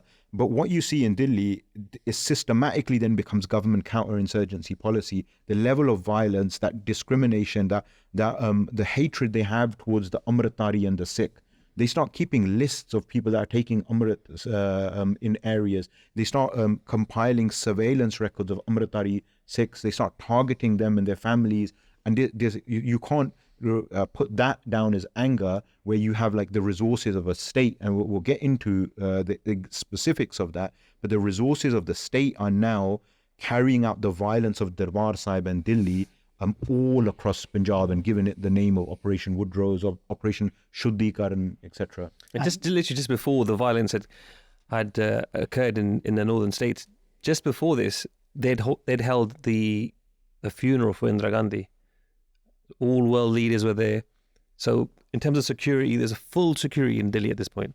Army and even the Sikh infantry battalions were on record that they'd heard through the wireless or something that something had happened. They approached the border of Delhi and they were refused to come through for 2 days. So the army of the Sikh, even the Sikh battalions, were kept away because they would have been able to quell that. Because we hear about this. There's numerous accounts of Jithe Singh, 4-5 Singh, these huge mobs of 500 to 1,000 would still be afraid to fight. So if the Sikh battalions had been allowed to come through, they would have been able to stop that. But that was the point. And we see this cycle of violence, not just against Sikhs as well, in later on in Gujarat in 2002 as well, where they say, carry on, you got 3 days, no one's going to say anything. Like for me, mob violence has always been a code word for Hindu rage, and whether that's directed towards Sikhs, following Darbar Sahib's attack, or whether that's directed towards Muslims in Gujarat, as Baji is talking about, but that mob violence is shown as like a deep political violence, that it's meaningless, it's just anger, it's just an outburst of that's uncontrollable, and it's unfortunate that it's directed at a community, and it's presented, as Baji said, as like an inter-community thing, but really that mob violence is politically motivated and supported. And in order for the violence in Delhi and everywhere else that occurred in November, in order for that to happen, the political youth wings of these parties were mobilized.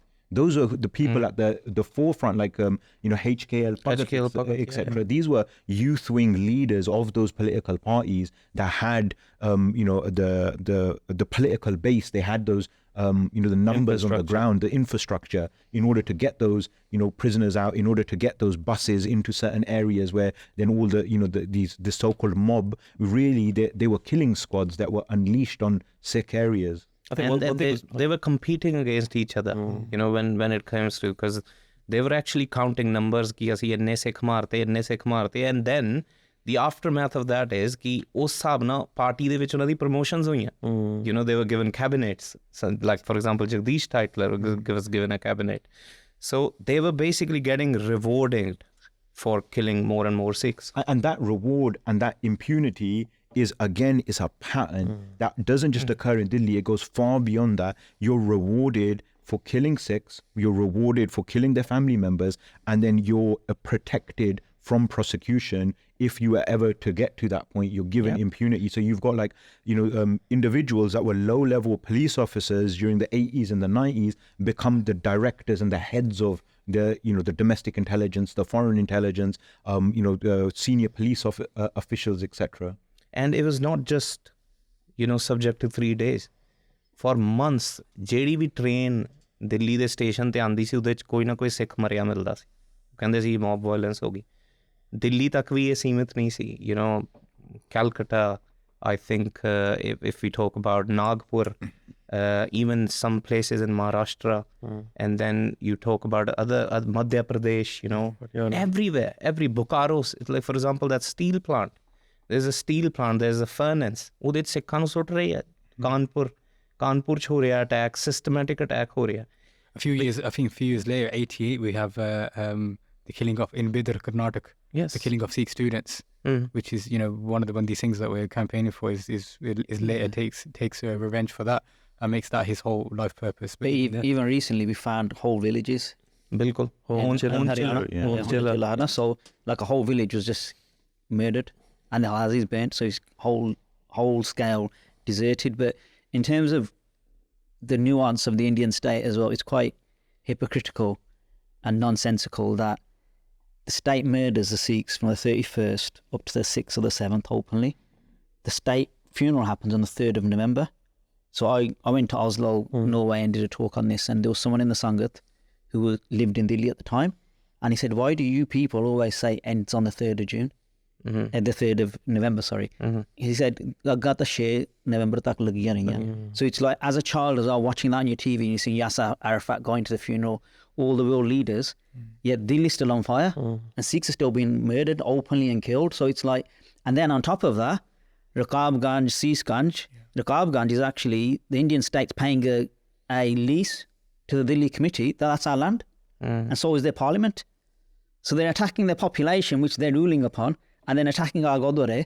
And we talk about Beadbi now in the modern era now, over 100 Gurdwara attacked in Delhi just in those 6-7 days, and burnt down, Maharaja Swaroops attacked. Right. So the actual, like, I obviously been studying this for the last 34 years, but so who are the guilty? They say 2,733. Pannu done a Freedom of Information request on the Indian Sarkar, and they then found out it's 30,000.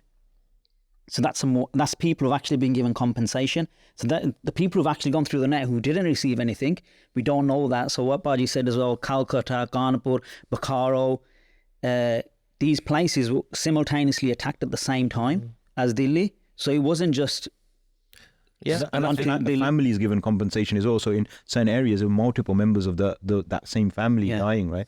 So you're 100% right. There's actually no way of knowing the scale of the violence and how many thousands of Sikhs were killed. And a lot of people didn't even reported it because ਉਹਨਾਂ ਨੂੰ ਇਹ ਆ ਵੀ ਹੁਣ ਮੇਰਾ ਘਰ ਵਾਲਾ ਤਾਂ ਮਰ ਗਿਆ, ਮੇਰਾ ਬੱਚਾ ਨਾ ਮਰ ਜਾਵੇ. Many of them left. They were pushed into like poverty, destitution, what's happened in Delhi in the so-called widow colonies, what's happened with their children. Like there's a lasting genocide doesn't just impact, it's not an immediate violence that occurs once and the impact's there. You're talking about future generations being prevented from being born. You're talking about a deep wound that affects your psyche where you start, like this whole question, what you can't separate from November is this discourse around justice that Sikhs will talk about, right? Themselves, that we want justice, whether it's in the form of compensation or recognition from the state. And that keeps you trapped in that psyche of the victim of that this was a genocide and then who are we asking? If we're talking about the state being involved, the Darbar Sahib attack has just happened, tanks have been sent there, they're putting this sinister importance on Amrit and labeling the Amritari as the terrorists, then they're systematically killing Sikhs all across Delhi, the capital of India, and other cities. Then who is this request of justice being put forward to? And then following November, there's like 11 commissions and inquiries looking into it. But at that time, Papaji talked about that, who are the guilty report was published, and names were written on that report.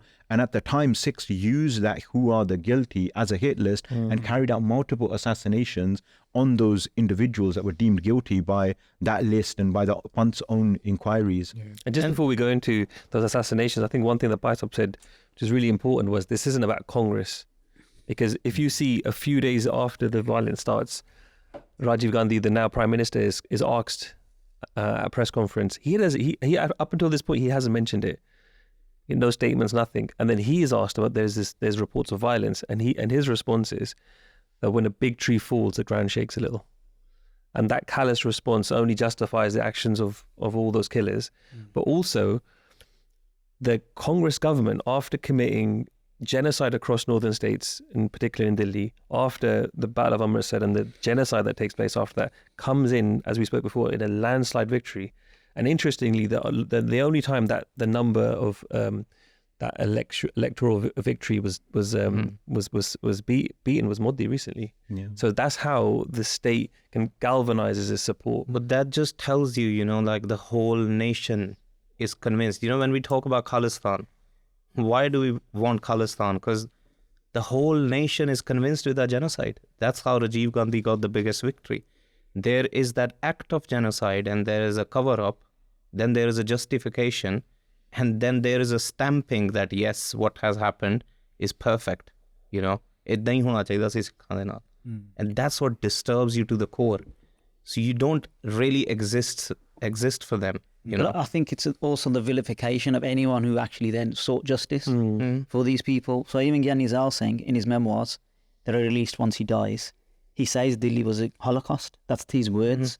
It's not. So he's the president of India at the time in 1984. So this is, and then any other people, if they're Sikh, non-Sikh, who actually fought for justice for these people were also persecuted afterwards in subsequent cases and things like that. So, and then even people who survived. So Surveer Tyagi is mentioned numerous times through witness reports of he's the one who attacked the widow colony and he did mass murder.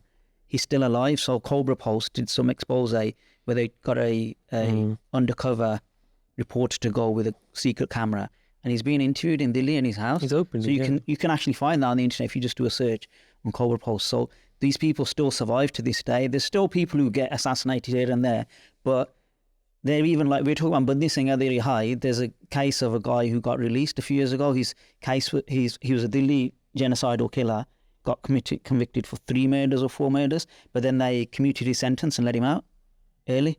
Kishori Lal. Yeah, so it's like we've got cases like that as well. You used the words like genocide and the Holocaust, which of course it was. But during that time, you touched upon it earlier in terms of Gurbans and Sikhs having hatiyar and so on. So what happened there specifically? Is it the case that 100% of the Sikhs, they were killed, or did anyone put up a fight? Was it just all one way? The problem is wherever they were putting up firstly they had looked at who had licensed our firearms, and before the violence started, the police had gone over and forcibly taken, and some of the only Sikhs that survived were the ones who were taken into custody because they wouldn't give their weapons, and they were then tortured and put into jail. So they would go around making sure that they were unarmed, and then Sikhs did fight all across Delhi. Jitte bhi they could get together, but jitte bhi they had shastra, they definitely fought back. But they were dealing with ਗੁਰਦੁਆਰਿਆਂ ਦੇ ਵਿੱਚ ਜਿਸ ਤਰ੍ਹਾਂ ਅਸੀਂ ਕਿਹਾ ਵੀ ਉਹ ਇਕੱਤਰ ਹੋਏ ਸਿੱਖ, ਔਰ ਉਧਰੋਂ ਕਈ ਮੋਰਚੇ ਚੱਲੇ, ਕਈ ਰਿਸਪੌਂਸ, ਜਿੱਦਾਂ for example Sukhdev Singh, he went to Delhi on 6th of November, ਤੇ ਜਿਹੜੇ 3 ਕੁ ਦੋਸ਼ੀ ਉਹਨਾਂ ਨੂੰ ਪਤਾ ਸੀਗੇ, ਉਹਨਾਂ ਨੇ ਗੱਡੀ ਚਾੜੇ ਉਹ। ਸੋ ਕਹਿਣ ਤੋਂ ਭਾਵੇਂ ਕਿ ਸਿੱਖਾਂ ਦਾ ਰਿਸਪੌਂਸ ਇਹ ਰਿਹਾ, ਤੇ ਪਰ ਜਿਹੜੀ ਅਸਲ ਜਿਹੜੀ ਗੱਲ the one we need to focus on is ਕਿ the whole nation wants you to be killed, and that's what disturbs me. Another thing, like Sajjan Kumar, he was convicted just recently, like 3-4 years ago, after 35 years, and I think he's on bail right now. So he's convicted, and the judge, this is one of their system people, he goes that I want to convict him for genocide, but the genocide is not criminalized in Indian law. That's what just tells you that if you do something, even like somebody from a minority group kills someone, they put the terrorism charge. They'll put TADA, POTA, or UAPA or something like that. But for killing the whole community at large, there is no law that criminalizes that offense. So that just tells you. Some of the assassinations that took place afterwards of the key perpetrators of the Delhi genocide, some sections of the community were critical and said that we should pursue justice through the Indian courts. And even those people in that section of the community have seen how 40 years later, no one, in terms of the key individuals of government, were ever brought to justice. And the only people that were brought to justice, I think Manavjot is going to talk about. Yeah, so like key people, I guess, post the Delhi genocide is Sukhdev Singh Sukha and Harjinder Singh Jinda. So Harjinder Singh Jinda meets Sant Ji early on when he's studying in college. He's kind of directed, and his energy is harnessed by Sant Ji towards Panthak Morche. Sukha and Jinda meet after the attack, and when they do, they get in contact with other Singhs, and they have a group of like-minded Singhs, a close-knit, like-minded group of Singhs who are committed to bringing the doshis, bringing the people who've done these atrocities to justice. And what's actually really, really great about this and how all the story kind of comes together. So Kadinda, right, that actually what we first did, we met people who were active pre the attack. So they actively went out and met by Labh Singh Panjwad. They met these people that knew that they were about it before, and they had kind of drawn the lines that this is the lines that we're gonna go on. After that, they kind of create this group. The everything about what Sukha Jinda talk about is very, very reminiscent of like Taro Mein Siddha Itihas, where they all listen with Sarab Sehmati when they pick like targets or which way the group should go. They do with Sarab Sehmati, with kind of complete conviction in one another's opinions. And Sukhdev Sukha writes that we're called to Delhi because some of the Singhs have set up houses there. And one of the niti, they've, by their own words, "Asim kai sarkari khajane bhi saaf kite." So we've put the infrastructure is in place. We've got houses in Delhi, sarkari khajane. We've robbed banks to finance our own operations. I think Jinda personally robbed about 28 banks. Yeah. So Bhai Harjinder Singh Jinda is doing this even before the larger scale bank robbery that happens in Ludhiana. This group is now kind of set up with some sort of infrastructure to work off, and the first person they go for is Labh Singh Ji, who's a Congress minister, and that list that Bhai Sahib mentioned, who are the guilty, is number 3 on the list. Is Labh Singh Ji. Labh Singh Ji is shot dead, and he's well known in his role in the Sikh genocide in Delhi. After that, Arjun Das is also a Congress leader. What's interesting about Arjun Das, his name pops up in the Nanavati Commission. That's a commission into the Delhi genocide. It's published in the year 2000. So Arjun Das's name officially pops up in 2000, and Sukha Jinda are kind of aware of it back then. Why are they aware of it? Because when they set up base in Delhi, not only are they doing this underground activity, but they write that we've met some of the victims, we've spoken to them, we've understood who was directing what, and the kind of widespread feeling. So this isn't kind of a group of people that just the way the wind blows, we'll go to do that. It's absolutely not. This is calculated. This is researched. This is the infrastructure is in place for these assassinations to happen. Just to come in there, I think the other side of it is the Delhi Sikhs or even the Shahidi Sikhs prior to June 1984 were seen as anti-Sant Jairnal Singh. And when Delhi genocide happens, it's like the words of Sant Jairnal Singh and the speeches are prophetic. Yep. Because it comes into their life then. They actually see it. And even the Delhi intelligentsia, so a lot of this is hidden in what you're saying now. So they actually support the Singhs. They give intelligence, they give money, they give houses, they put things on the table. So they can't openly come out, but they're actually part of the Sarkar.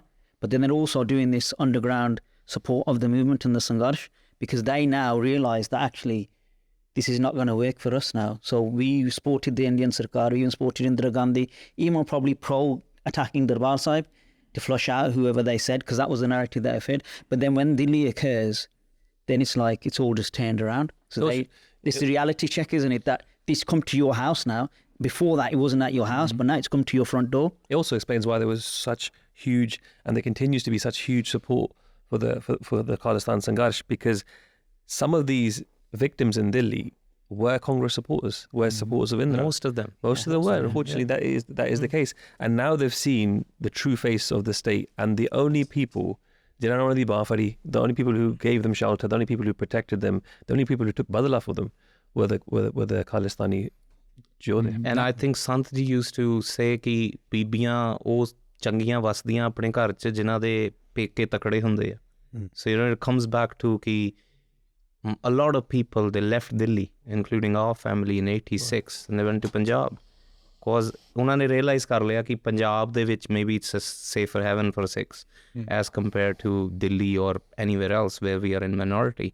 But one thing I just want to mention, which is very important, and it kind of shook me, when we talk about Seesganj, it's a bit underrated. The mob actually attacked Seesganj, and there was an Indian flag put on the Seesganj Gumbad.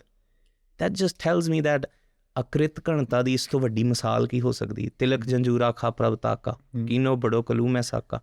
ਜਿਸ ਜਗ੍ਹਾ ਤੇ ਇਹ ਹੋਇਆ ਉਸ ਜਗ੍ਹਾ ਤੇ ਇਹਨਾਂ ਨੇ ਸਾਨੂੰ ਇਹ ਇਨਾਮ ਦਿੱਤਾ. So it just tells you are not part of this country. If you still think you're highly mistaken, and I basically don't like saying this, you're only waiting for another genocide to happen.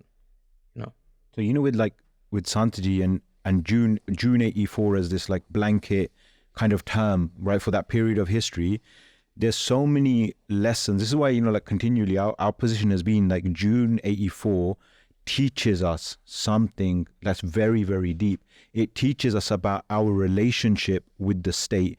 It teaches us about the status of the Panth and our relationship with our Padshahi. There's so many different layers here. So on one level, you have Sant Jail Singh educating and galvanizing the Sikh Qaum, and using all of these incidences that are happening before 1984 to make Sikhs understand the relationship between the Panth and the state, that you are subservient, you're underneath them.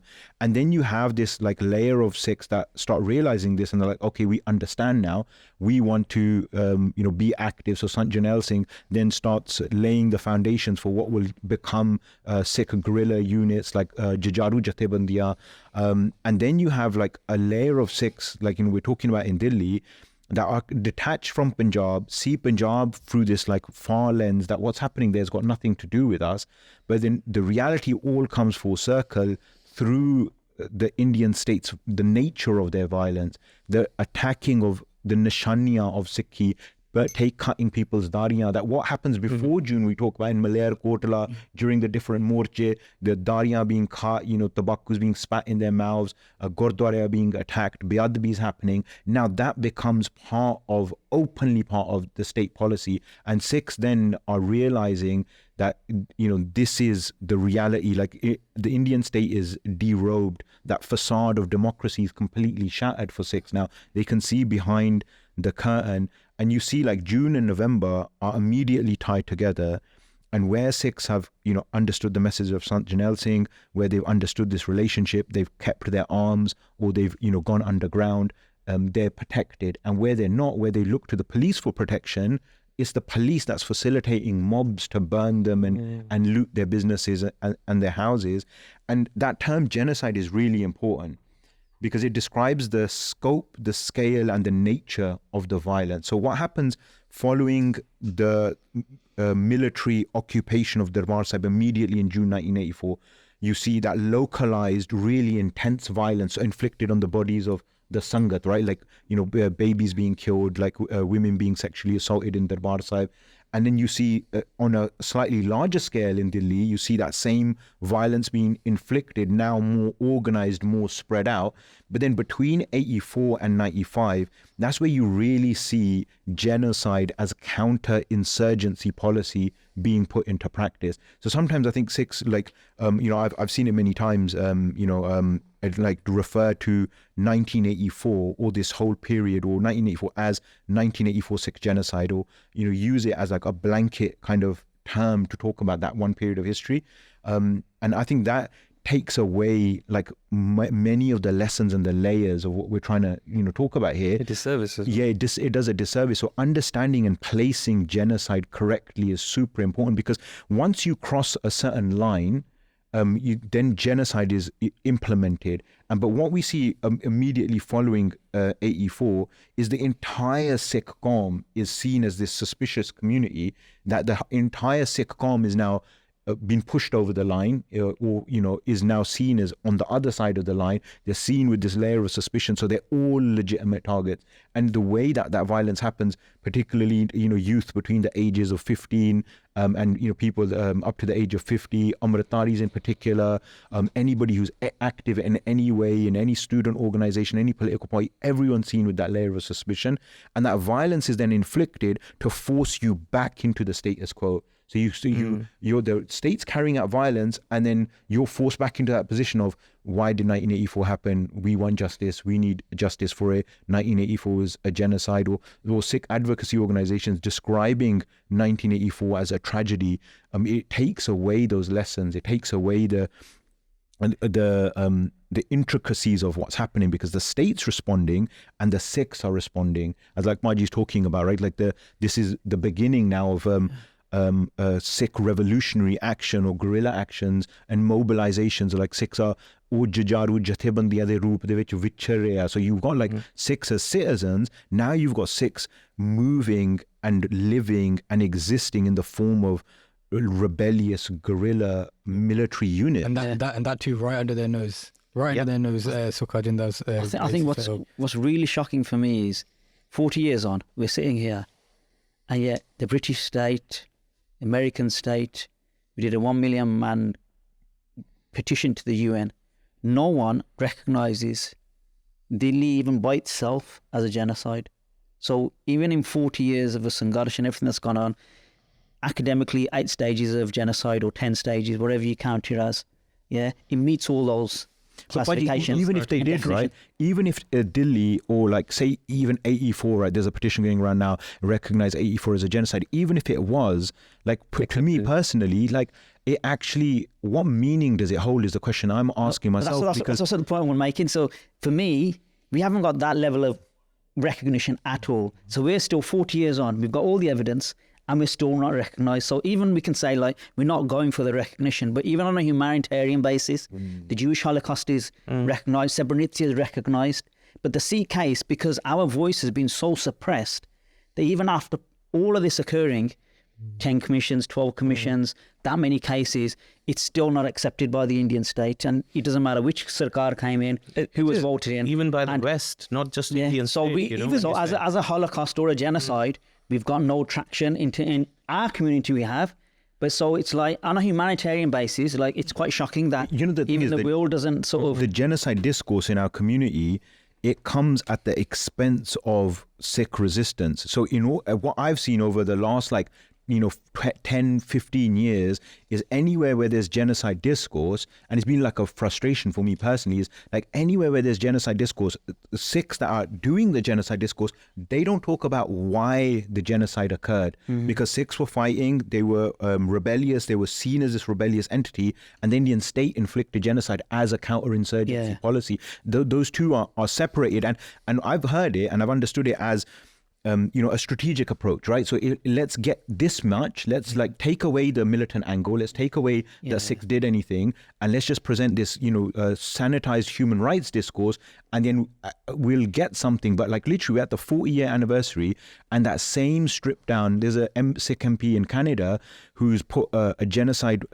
petition forward. And I'm not saying, and please, I don't want anyone to misunderstand me, I'm not saying the genocide recognition in and of itself is meaningless. It's not. I think it is significant. I think it can be a significant political tool to demonstrate the nature of the Indian state's violence. But it has to have context and meaning. Otherwise, for future generations, all we're teaching them is that we were victims, and that's it. I think it's at the end of the stages of genocide, what they say is if you haven't addressed any of these issues, it can occur again, like you said. Yes, 100%. And that's the thing. So even KPS Gill goes on record saying the Sangharsh happened, and I'm seen as the haloed victor of the Sangharsh.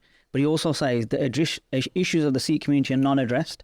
So this can restart the whole thing. So our deep down issues of all of this pre-84 and everything else is we're still seen as second-class citizens. And our real issues of the river waters and things like that, we've got the Kisan Morcha on again and stuff. So it's never been addressed. So we're still seen as 100% dehumanized and things like that. So that's the continuation of just on the issue of justice as well. We are very disingenuous about this topic, because if we wish to speak about justice, then what we should be talking about is that there hasn't been justice through the Indian system. Now, in it itself, that doesn't make any sense. It's not like the Nazi government was going to hold themselves accountable. This is, if we believe that there could be justice from the Indian state, that is to claim that it was rogue agents of the state, not from the top, not from Rajiv Gandhi all the way down. So secondly, if there is human rights discourse anywhere in the Sikh community where we talk about justice, we should recognize that Indira Gandhi was assassinated, Lalat Makkan and Arjun Das were assassinated, and those were forms of justice that took place through the Sikh community, but the international community has failed. So if you have that as a parallel, then at least you're not misleading the Sangha that A, there is no other forms of justice, or that any other form of justice will ever taking place. And it actually it forces, I think, people to rethink about Kharku actions, not just the few that we know about, but every Kharku action was a parallel justice system because there's the reason that there is a Sikh response is because we are a distinct people, we are a sovereign people, and I think Shamsher said this years ago, that look at their heroes and look at who the Sikh Panth considers heroes. So individuals like Lalat Makkan and Arjun Das, they were down on these reports, witnesses to talking who testified that they were giving out alcohol and they were giving out 100 rupees per killing, that they were there goading the mobs. These are their heroes. These are the people they they consider to be their Mars, and who do we consider to be our Mars? Who as a Sikh Panth designated that that ohda kinhone ditta si ja Sukha Jinda ne? Like even on the point of the heroes as well, like Chief Minister Beant Singh, who is responsible for this systematic nature of human rights violations, KPS Gill celebrated, literally given the Monkia the hero super cop. Like those individuals that committed barbaric acts of violence are celebrated as their heroes. And I think what's a really important parallel to draw on this question of justice, the international community recognition. Like we often hear, I've heard anyway, that in 1984 couldn't happen today, and that we're really lucky today. We've got like phones and we've got social media, and it couldn't happen. At that time, there was broadcast news. They suspended all of the the media channels, restricted the area.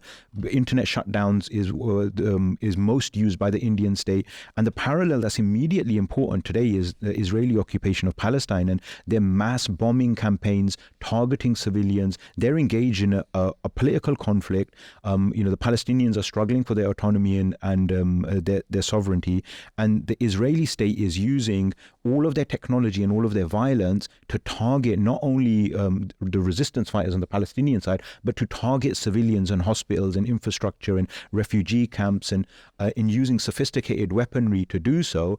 And it's being live streamed, and the international community isn't condemning or Palestinian atrocities or even excesses. Even if regardless of what your politics are, there's no questioning of the military excesses committed by the Israeli state.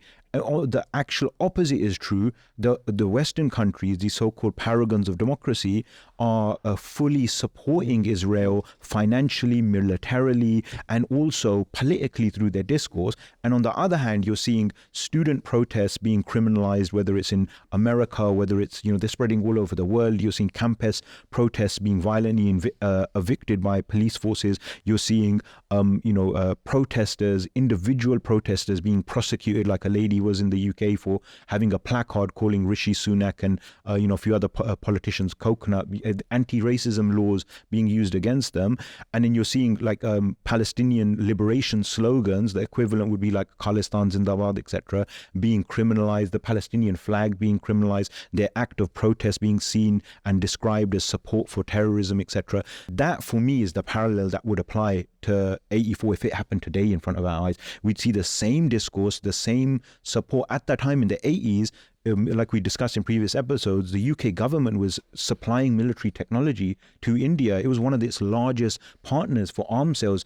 Today, Indian police, when they leave their training, they go to Israel and they receive specialist training from the Israeli police force in low intensity conflicts, which is the type of violence and conflict that we're talking about. India is one of the largest purchasers of Israeli military equipment, which includes spyware like the Pegasus software, which has been found on Jaggi's lawyer, by Jaswant Singh Khala, has been installed on his phone. So those are the parallels that we should draw today when we think about 1984 and this question of the international community and justice and recognition and condemnation, etc. The only faction that brings any conversation of Palestinian autonomy or liberation is those factions that are fighting, the resistance factions. And that's why, in my opinion, you don't see you see a reluctance to call for a ceasefire, because if you're calling for a ceasefire, then you're recognizing that someone's fighting on the other side. Then you have to have a conversation. Then who's going to sit on the table? They don't want to sit on the table with Hamas or any other, Palestinian resistance groups. In fact, they only use the word Hamas to describe all of the Palestinian resistance, even though there's multitudes of them. And you'd see the same thing here. You'd see Khalistani terrorists or extremists or sympathizers for extremism, the same rhetoric, language, discourse being used. And we have actually seen that over the last, 3-4 decades. We've seen the same legal mechanisms of proscription, ban terrorist organizations, curbing and restrictions of freedoms of speech, censorship being used as a weapon, individuals being targeted, travel restrictions being imposed, financial restrictions, bank accounts being shut down, Schedule 7 being used as a tool to gather intelligence and target Sikhs, which we've seen increasingly happen over the last few months. So I think for me, the position on this question of like justice, international community recognition is like abjectly clear. And I think if you look at the 1980s, you look at the Sikh response at that time, it forces the conversation to be in the realm of a political conflict. But the Indian state wants to push it into the realm of a criminal act. And that's what we see is why genocide as counterinsurgency is massively heightened following 1984. You see, the Indian state completely reject political settlement with the Sikh Qawm. And you see them want to violently impose their rule through genocide as a counterinsurgency. And the Sarbat Khalsa is important to this as well, that I don't think we've touched upon.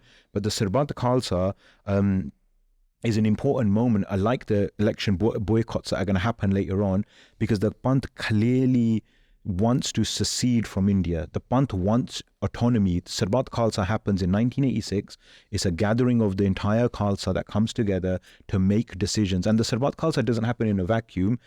Following 84, the youth organizations, Jathebandiyan, Taksal de Naujawan, Jathe de Naujawan, Akhand Kitni Jathe de Naujawan, are starting to organize. In fact, a leaflet is distributed called Sarbat Khalsa di Lor Kyon. The Sikhs go to the elders in the community and senior leadership, etc., and say we should call a gathering and a meeting, and it's rejected, or they're dragging their feet. So youth print this leaflet called Sarbat Khalsa di Lor Kyon and distribute it in every single village, and that's what leads to the momentum in January 1986 when the Sarbat Khalsa happens. And the Sikh nation formally declares its intention of seceding, and they make those declarations about like, for us, our Gurtam, our Taram, our Shastra are inseparable, that we want to resist. The formulation of like Jijaru Jathebandiya comes onto the scene. But I think Bhai Manpreet Singh is really pivotal in all of this, into what you were talking about, Bhai Sukha and Jinda, and the assassinations afterwards as well, because obviously Bhai Sahib led the All India Sikh Federation, which was seen as like we talk about this, don't we, like a liberal student organisation, which even Manmohan Singh was the president of at one point, who's been the Prime Minister of India, and he's seen as like a small student organisation, but he turned it into a national force, and then even prescription to that, to join a membership, you had to be Amritari. So that was the feeder organisation into the Kharku Jathebandiya. So the youth were actually, and obviously it got banned in 83, I think it was, and so it's 84. Yeah, so it gets banned as a student federation as well. But then they're the ones, through the universities and everything else, that's where most of these things then sort of come about, through the Sangharsh as well. But in terms of the Sangharsh, I think what we might miss when we talk about these things, the army is a small population of the small minority of the population. So the Singhs or the Kharku Jathebandiya, they're the cream of the crop to an extent. But the majority population is still supporting those movements. And the majority population might still be going to work, might be still doing other things. But that doesn't mean that they're not promoting or agreeing to this. So we talk about plebiscite as well for Punjab. The Indian Sarkar never gave a plebiscite because they knew if you did, it's going to go mass in support. So 100%. The support was there from the 80s because of all these actions that the Sarkar committed. So you can't separate it. And even the Hindu Parvars as well, who were in Punjab, it's not that they're anti-movement or anti-Sangharsh, because they wanted freedoms as well. So it's really convoluted, the whole conversation, because we don't look at the mass support, and the mass support is there. Obviously, the photos in the Godre of the Shaheed Singhs who did the Karname, but beyond that, the support was all there, and it was financially, economically, and obviously we talk about in the Sangharsh, the Singhs ruled at night, during the day the police might have ruled. I know police officers now who were there in Punjab at the time, they used to get on buses with Deepa Hera, same bus, and say, we just turn a blind eye. Yeah. And then they'd just give Deepa, he said he knows where they used to keep their arms, let alone anything else. And they didn't touch them, because the police as well, even the Punjab police officers, were in support of some of this as well. So they'd turn a blind eye, and they don't want to get killed as well. They'd rather just walk away. So it was all supported within the system of the Indian state as well, in the population of Punjab, which is sometimes the only way that the movement would have been as successful as it was for such a very long time, because there was such support from the Sikh populace. Because it's not ideal guerrilla territory. Yeah. No mountains. There's no kind of places to hide. There's no hide. I mean, it's crazy when you think about some of these Jathebandiyan that had safe houses, but they never had like a headquarters or a base where you could train or you could have all your armory. They were literally like, there's hundreds of like Sikh families that have all their job was कि भी सिंघानिया के प्रसाद दा पानी छकना. And they knew what was going to happen. Like someone might grass or someone might say something next day, and we're going to have to go down to the Thane. Exactly, right. We're going to have to get interrogated or whatever. But it was that level of support for the Kharku movement, and like I think sometimes it's kind of watered down a little bit as some sort of a group of Sikhs doing nonsensical, mindless violence. He mentioned Deepa Hera. Deepa Hera is area commander. We have lieutenant generals. We have ranks within Kharku Jathebandi. These aren't just groups of people committing violence. Area commanders, lieutenant general, Majida Jarnail, Duabeda Jarnail. Like we have like a formation of guerrilla war tactics, right? Where they're going to put stuff. Who's the person that's going to supply arms and things like this. So this is all kind of really nicely coordinated for them. That is making it very difficult for the police to. And these individuals as well, they didn't come out of nowhere, right? Like a lot of these generals that you're talking about, they were with Sant Jail Singh. Yeah, absolutely. So this is what I was going to say that. So the Sikhs who gave Qurbaniya, their movement started from prior 84. Yeah. So if you look at General Labh Singh fought till the 6th of June, escapes, carries on the Sangharsh. The Babbar Khalsa Singhs were in the attack, escaped, hit the ground for a year. People don't realise the amount of suppression that these Singhs couldn't move for a year possibly, and some of them even their porgs were done, that they're possibly shaheed in the attack. So these Singhs then went through that. Dhanna Singh's recently gone on record saying he gets to the attack on the 3rd of June and Sant Jail Singh sends him out and then he fights. He's still alive today in USA, Pantha committee member. So you got all these guys who were there. General Baba Gurbachan Singh Manuchal, who's with like Sant Jail Singh from a young age, and then is famously described as the last man standing and the leader of the Pindrawale Tiger Force for Khalistan. You got multiple by Manpreet Singh Cheheru, multiple Sikhs that not only with Sant Jail Singh at the time, but are sent away by Sant Jail Singh. By Avtar Singh Brahma is sent away by Sant Jail Singh, and they then go on to be in these positions of leadership to carry on the armed struggle. And the Sikhs that we've spoken to, the research that we've done, they very clearly describe that this is what was going on, that they were sent away to carry on the struggle. This is Sant Jail Singh was creating that infrastructure for not just that battle that was going to occur in June, but the ongoing 10-year armed conflict took place that literally brought the Indian state to the point of bankruptcy. And the only way they were able to overcome the threat that the Khalistan armed groups posed was to increase the pitch and the scale of violence. Indian police were boiling Sikhs alive. They were burning them in their houses. Like, you guys talking about popular support. The support was so widespread that the only way that they could counter it was to defame the movement, and they introduced the black cats that we were talking about earlier, criminals that like Fulla the Nakali Nahang would dress up in Bana and go and target family members of fighters, like, and abduct them and confiscate their land, etc., and shout out pro-Sikh resistance slogans in order to defame the movement, because that's the only way you can fight against absolutely. And it's like it's crazy to read what kind of caliber these people were. I was listening to Diljit Singh Bittu's interview where he goes, "I'd never fired a gun, ever. I didn't really know what to do with anything." He's trained to be with it. Yeah. So they had no training for this, and I think we just mentioned the killing of Arjun Das, and Arjun Das was supposed to be a bit of a gangster. So he's elected, he's a Congress minister, but he's also a gangster. He's known for violence, he's known for this kind of stuff. And I think when they go to Arjun Das's office and he's hiding in these chairs, he actually has a revolver on him.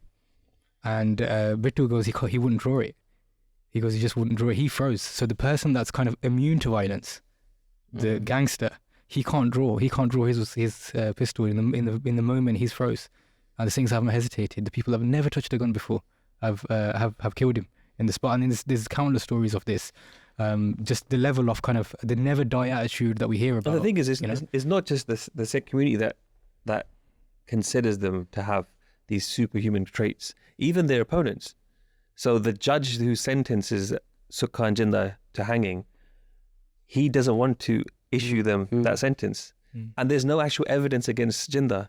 And when Sukhdev Singh Ji Sukha confesses in court, he gives a written statement that उन्होंने वो जितना कारनामे कबूल कीते that we took badala for the Sikh Qawm, we assassinated General Vedya. The judge sends him away for 8 days to reflect and to come back and reconsider what he wants to say. And he comes back and he says the same thing. Why is that? Why is he doing that? Because for them it was the Satwant.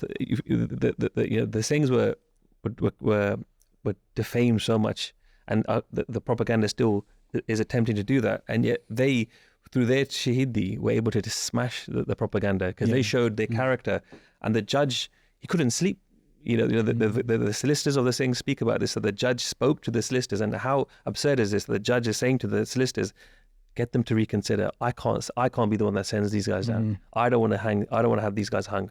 Yeah. And then Jinda Sukha laughed to the judge and said, listen, you don't understand, but asita khushi naal asi shahidi kabul karde hain. And this is for the assassination of General Arun Vedya, who's a decorated army general, fought in both Indo-Pak wars, awarded to a high level. He takes retirement and lives in Pune, and Sukha Jinda hunt him down and assassinate him. And he led the attack. He led the attack. So that's why. So again, these lists have been made already by Singhs is who we're gonna go after.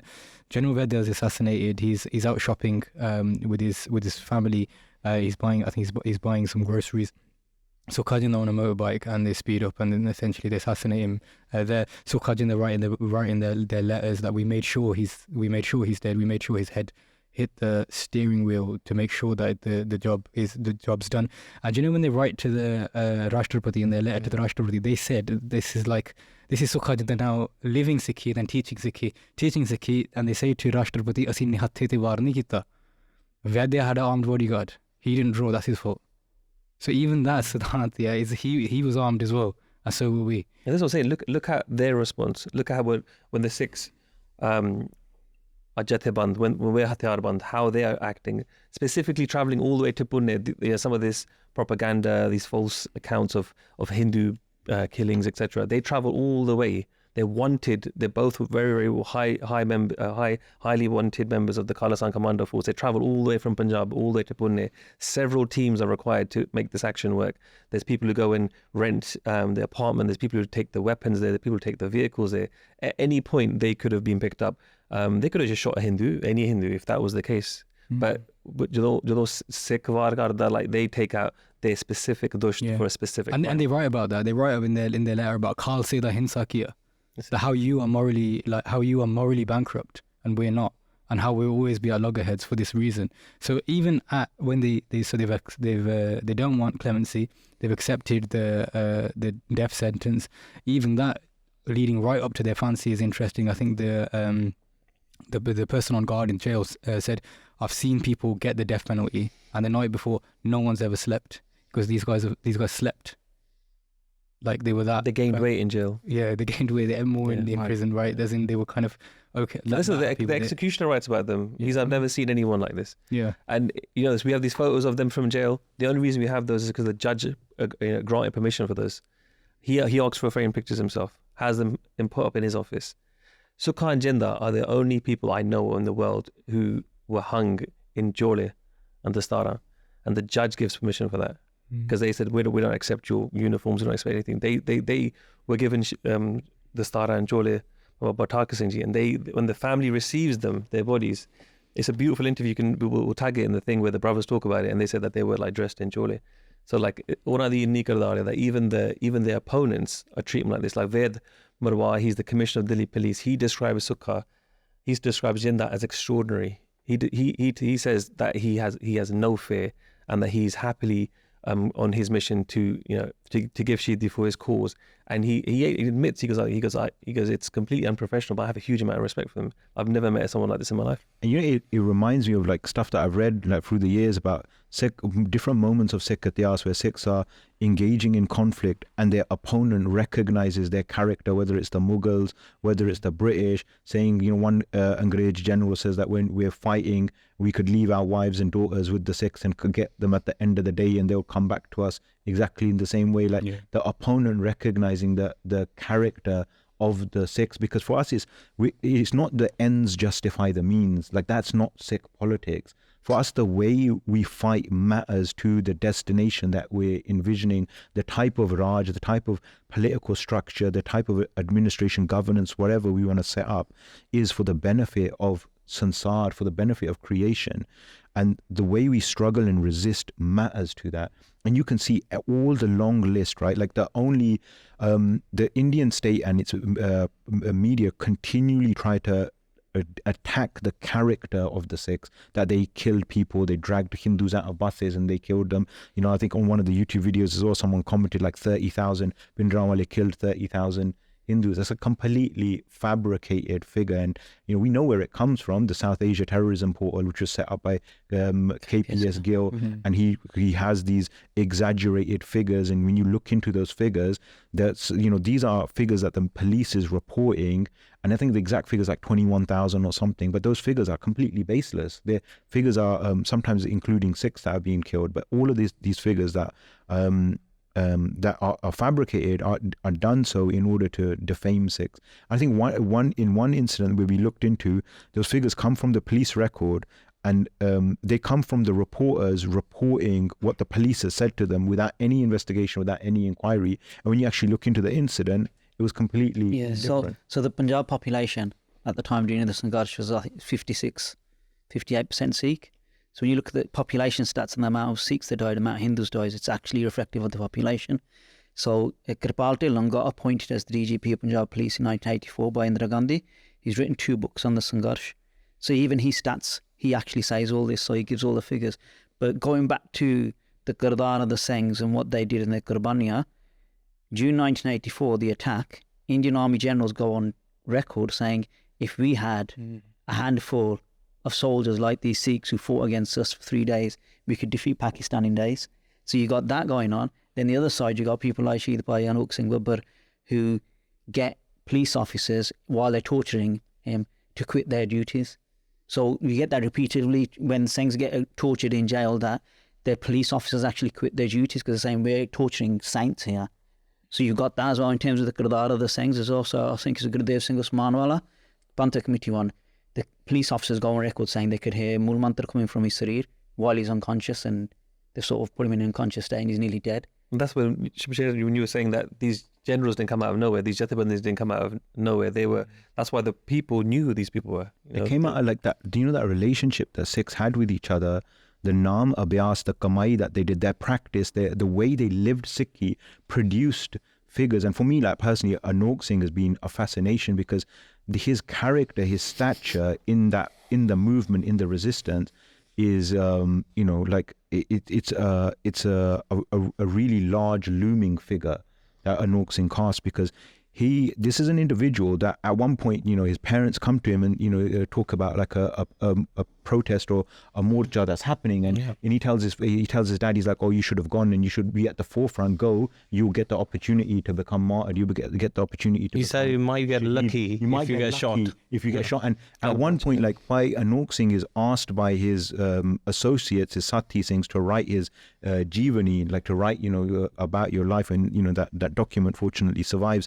And he writes with a level of like clarity and humility that, I have no worthy good qualities, that, I feel ashamed holding the pen. And this is someone who, who was respected by his contemporaries for the way he lived his life. And Anokh Singh is just one example. I mean, the list is very, very long, and you could go to every single Sikh at that time. But his contemporaries, he's saying, I have no worthy actions to recount. Like, I feel ashamed holding this pen. I've been lucky that I've had Sangat of Singhs, and I've met Singhs of the Khandkitni Jathan. I've taken Amrit.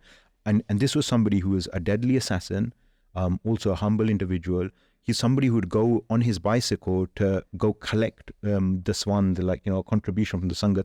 I think he was reprimanded by the Singhs with him. They were like, oh, you're a leader, you're in a position of leadership. Why are you going on your bicycle to go collect like 10 rupees or 20 rupees? And he would be like, oh no, this is whatever it is, is given to the Jathebandi to support the struggle.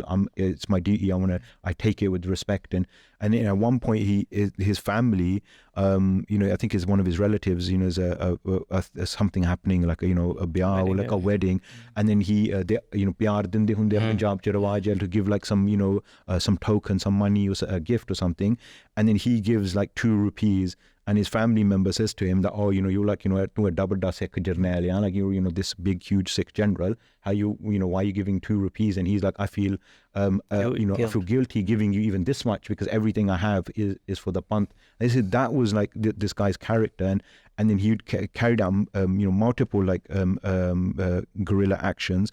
And then when he's arrested, he's brutally tortured, and like his shahidi, like many of the shahidi at this time now of Sikh fighters, when they finally get captured, their shahidi are incredibly brutal. Like his thighs like split open, so salt's poured into his wound, his eyes are being pulled out. Like Baji saying, like the individuals carrying out the torture are just in awe of this individual and feel like, I don't know, I guess some kind of deep sense of shame or regret. I've heard from other Singhs that Anokh Singh, when he was initially captured, he he's asked questions because the purpose of the torture was to get information out of you, and he asked his captors for a glass of water, and he drank it, and he said to them, like the jailer in Punjabi, ke meko keh ke dikha do ke main pani peeta, that make me say that I drank that glass of water that he had just drank in front of them. Like that, the level of like absolute like audaciousness and fearlessness of also that individual. Like one of the, like how when I in the day because just before that, the police officer that was torturing him or was trying to interrogate him said to him that I'm going to get it in my neck if you don't say anything. I'm kind of new and stuff. And Bhai Sahib had so much there in him that he felt bad for him. He said, oh, what, there's a couple of AKs in a field somewhere. He gave him something that wasn't really relevant or significant, but he thought, he felt bad for him. And then that copper got really happy and said, oh, I made him speak. And then that's when Bhai Sahib said, I'll show you now. Yeah. And then Bhai Sahib's like eyes were taken out, and then he asked like his captors, like, what time is it? And they were like laughing at him. Yeah, they were laughing at him that like, why do you care about the time? And they told him it was like evening, and he started doing like Sodar, like Rera part, right? And then he's like brutally tortured, he's killed, his body is like disappeared essentially. And that is the tale of like many Sikhs. And Bhai Sahib writes a poem, and in there you get their emotion, their like their sense of who they are and what they're fighting for. And in that poem he talks about like Harmandir Sahib da badala. He's like, jenu jede Harmandir to kho ditta tod ditta onnu bhajjan da labbe na raj koi. Yeah, ਜਿਹੜਾ ਅਣਖ ਦਾ ਬਦਲਾ ਨਹੀਂ ਲੈ ਸਕਦਾ ਉਹਦਾ ਜਿਉਂਦਾ ਰਹੇ ਹੱਜ ਕੋਈ. And then he says like, ਭੇਡਾਂ ਕੁੱਟ ਖਾ ਕੇ ਧੌਣਾ ਸਿੱਟਦੀਆਂ ਨੇ, ਸਿੰਘ ਕੁੱਟ ਖਾ ਕੇ ਹੱਲੇ ਬੋਲ ਦਿੰਦੇ. Like, that if your Harmandir has been taken away from you, and it's a poem, it's like somewhere on our website as well, and we can link it in the description if anyone wants to read it. But yeah, he talks about like, the badala, if you've been broken, if you're in this state of homelessness and destitution, you've been broken from your Darbar Sahib, if you can't avenge that action, then there's no purpose of your life. And that, sheeps, when they're beaten, they will like bleat and they will retreat. But when lions are beaten, they shout out, they roar out their attack. And like that's like the sense and the spirit that you had of this individual. And he wrote another lake as well called Parodin Supane, right? Like under the conditions of subjugation, you can't even dream of your freedom. So like these individuals, I'm not talking about Bhai Anokh Singh, but like Baba Gurbachan Singh Ji, like they famously write their poem about like New Year's, right? Every like po, I get like super emotional because we go from like po, the tragedy, to like Happy New Year, like really quickly as a month. But like by Baba Gurbachan Singh writes that poem, and like obviously feeling that same thing. And when Baba Gurbachan Singh's writing that poem, Jathedar Gurdev Singh Konke's been shaheed just immediately before other generals have been shaheed and been killed. And he's writing that poem that, in the corner of a police station, there's a pug that's on the floor. Like, how can I feel like happy, or how can I feel, any sense of joy? But they're very clear, is the point that I'm trying to make about what they're fighting for. They're moved by a deep sense of emotion and connection to their people that comes across in their writings, in their poetry, in their letters to their family members, their letters to the Panth, like Sukha and Jinda. This is the problem that the state had as well, because you've got police officers who were quitting seeing this. And that's why towards the end of it, only the most sadistic, evil police officers like Saini, Gil and Izar are left. And I think one of the Sakhis about Bhai Anokh Singh, that there's two things that I always find astounding. One was he gets arrested first and the Singhs release him. And when they released, he went to a court day in Ludhiana, and there's an armed kind of action. They shoot the jailers and the police officers, and they rescue him. And they ask him afterwards that they didn't know who you were. You were just stopped at a checkpoint, and they were taking you in for questioning. Right. That they didn't know who you were at this point. You're like a senior commander of the Darbar Khalsa. You hadn't even had handcuffs on you. Why didn't you jump out of the back of the jeep and run through the fields? Why did you take such a big risk? And he goes, oh, the motorbike that I was on, if I had escaped, they would have had shak on him. They would have known I was someone, and they would have given him trouble. So he was happily going to a very brutal death and torture and death, but he wouldn't accept the fact that another Singh would have any sort of, someone like me would think they'll get a message out to him, maybe he'll find out, I'm a senior commander of the Darbar Khalsa, I need to get away. But Bhai Sahib, like, he had completely dar. But even going back to that, I think the physicality as well, we think in a Western sense, these Singhs are muscular, they've got big arms. They're not. He's tiny. Majority of these people are small frames. So when Bhai Anokh Singh gets arrested, they take a gadasa to cut his wrist, possibly. If they have to, in an extreme sense, they'll cut his wrist to get him out from the handcuffs. He pulled his hand out because his wrist is so small. He could have got away. He just pulls it out. That's what he does. So, and then you got Jinda. Jinda was very small in frame. Sukha was a bit taller, Anna. But a lot of these things went. So it's the Naam Kamai that carried him through these actions. Even Baba Manojal, the laugh that we have in the movement is he only got done because he was going for number 2. Otherwise, they would never even got him then. Anna. So it's like, these Singhs, a level of Kamai is what led them, really. It wasn't that they were trained to do this. So we've got this narrative now on the internet, you have to have training, you have to do this. Your Naam Kamai comes first, Santpana Bananga, the Spy Bananga, the Santpana, you're going to do like oppression against your own people then. And to smash this propaganda about the Hindu, the anti-Hindu thing, Bhai Anokh Singh had a Bahari labourer at home, like a Nokkar, their family had, and with the name of Santu. And he was enamored by Bhai Anokh Singh. Like, he obviously, imagine living with Bhai Anokh Singh, and to the point where he would come to visit Bhai Anokh Singh at Darbar Sahib when they were staying there, because he missed Bhai Anokh Singh. And he says to Bhai Anokh Singh that "Mainu vi Amrit Khala do," because he didn't understand. He spoke Hindi, and the Singhs took it as a joke first, but eventually they said, I think he's serious. Jaya Amrita, and he eventually takes Amrit, and then Santu becomes Santa Singh. And when Bhai Anokh Singh is arrested the first time, Bhai Santa Singh is beyond himself, and he's the one who plans the action to rescue Bhai Sahib.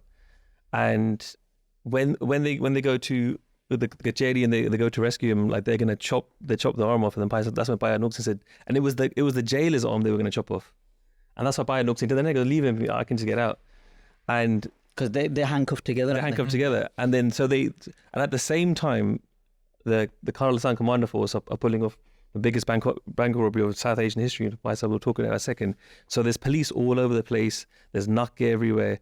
And as they get into one of the nakke, the Singhs have to disembark, and they have this mad shootout with the police.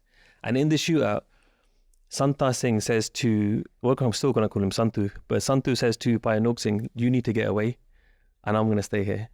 And Bhai Anokh Singh says that, how can you come and release me and you're going to give shaheed here?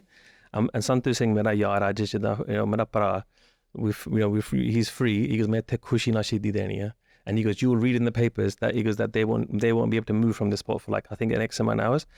And Bhai Anokh Singh was really kind of upset about this, and he says to him that, he goes that, I was Sat Bachan, he goes, but meri bhi ardas honi hai that I'm going to be joining you very soon. And in the papers it came the next day that Santu fought off the police and allowed Bhai Anokh Singh, the other Singhs, to get away.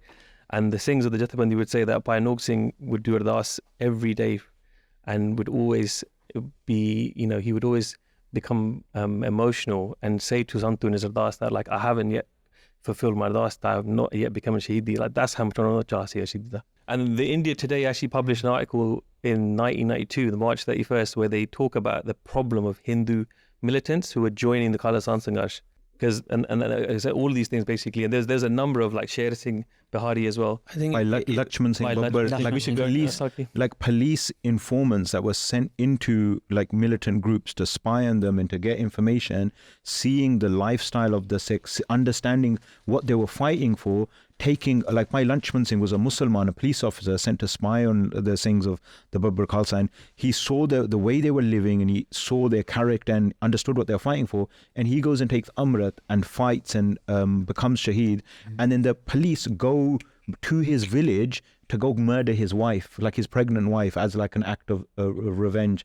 But there's so many of these stories where the police that are, or the enemy, is from General Sinha in the Darbar Sahib attack, saying that no, this is a political issue. Sant Jail Singh's doing nothing wrong by keeping weapons in Darbar Sahib or defending his home. Anybody would defend their home, and he refused to be part of that military operation because he said this should be settled as a political issue, not by sending it in the tank. So you see, whether it's generals, whether it's like jailers or judges or like spies that are sent from the police, seeing and understanding what the Sikhs are fighting for, despite decades of propaganda. And even at that time, we imagine like the intensity of the propaganda, that the Sikhs are a villainous, vicious people, the dreaded Amritari that's going to destroy India and destroy, in the Baatcheet they said they're committed to murder, arson and terrorism, and they have to be subdued. Like they're instilling fear about Sikhs, and even then, the enemy's soldiers and their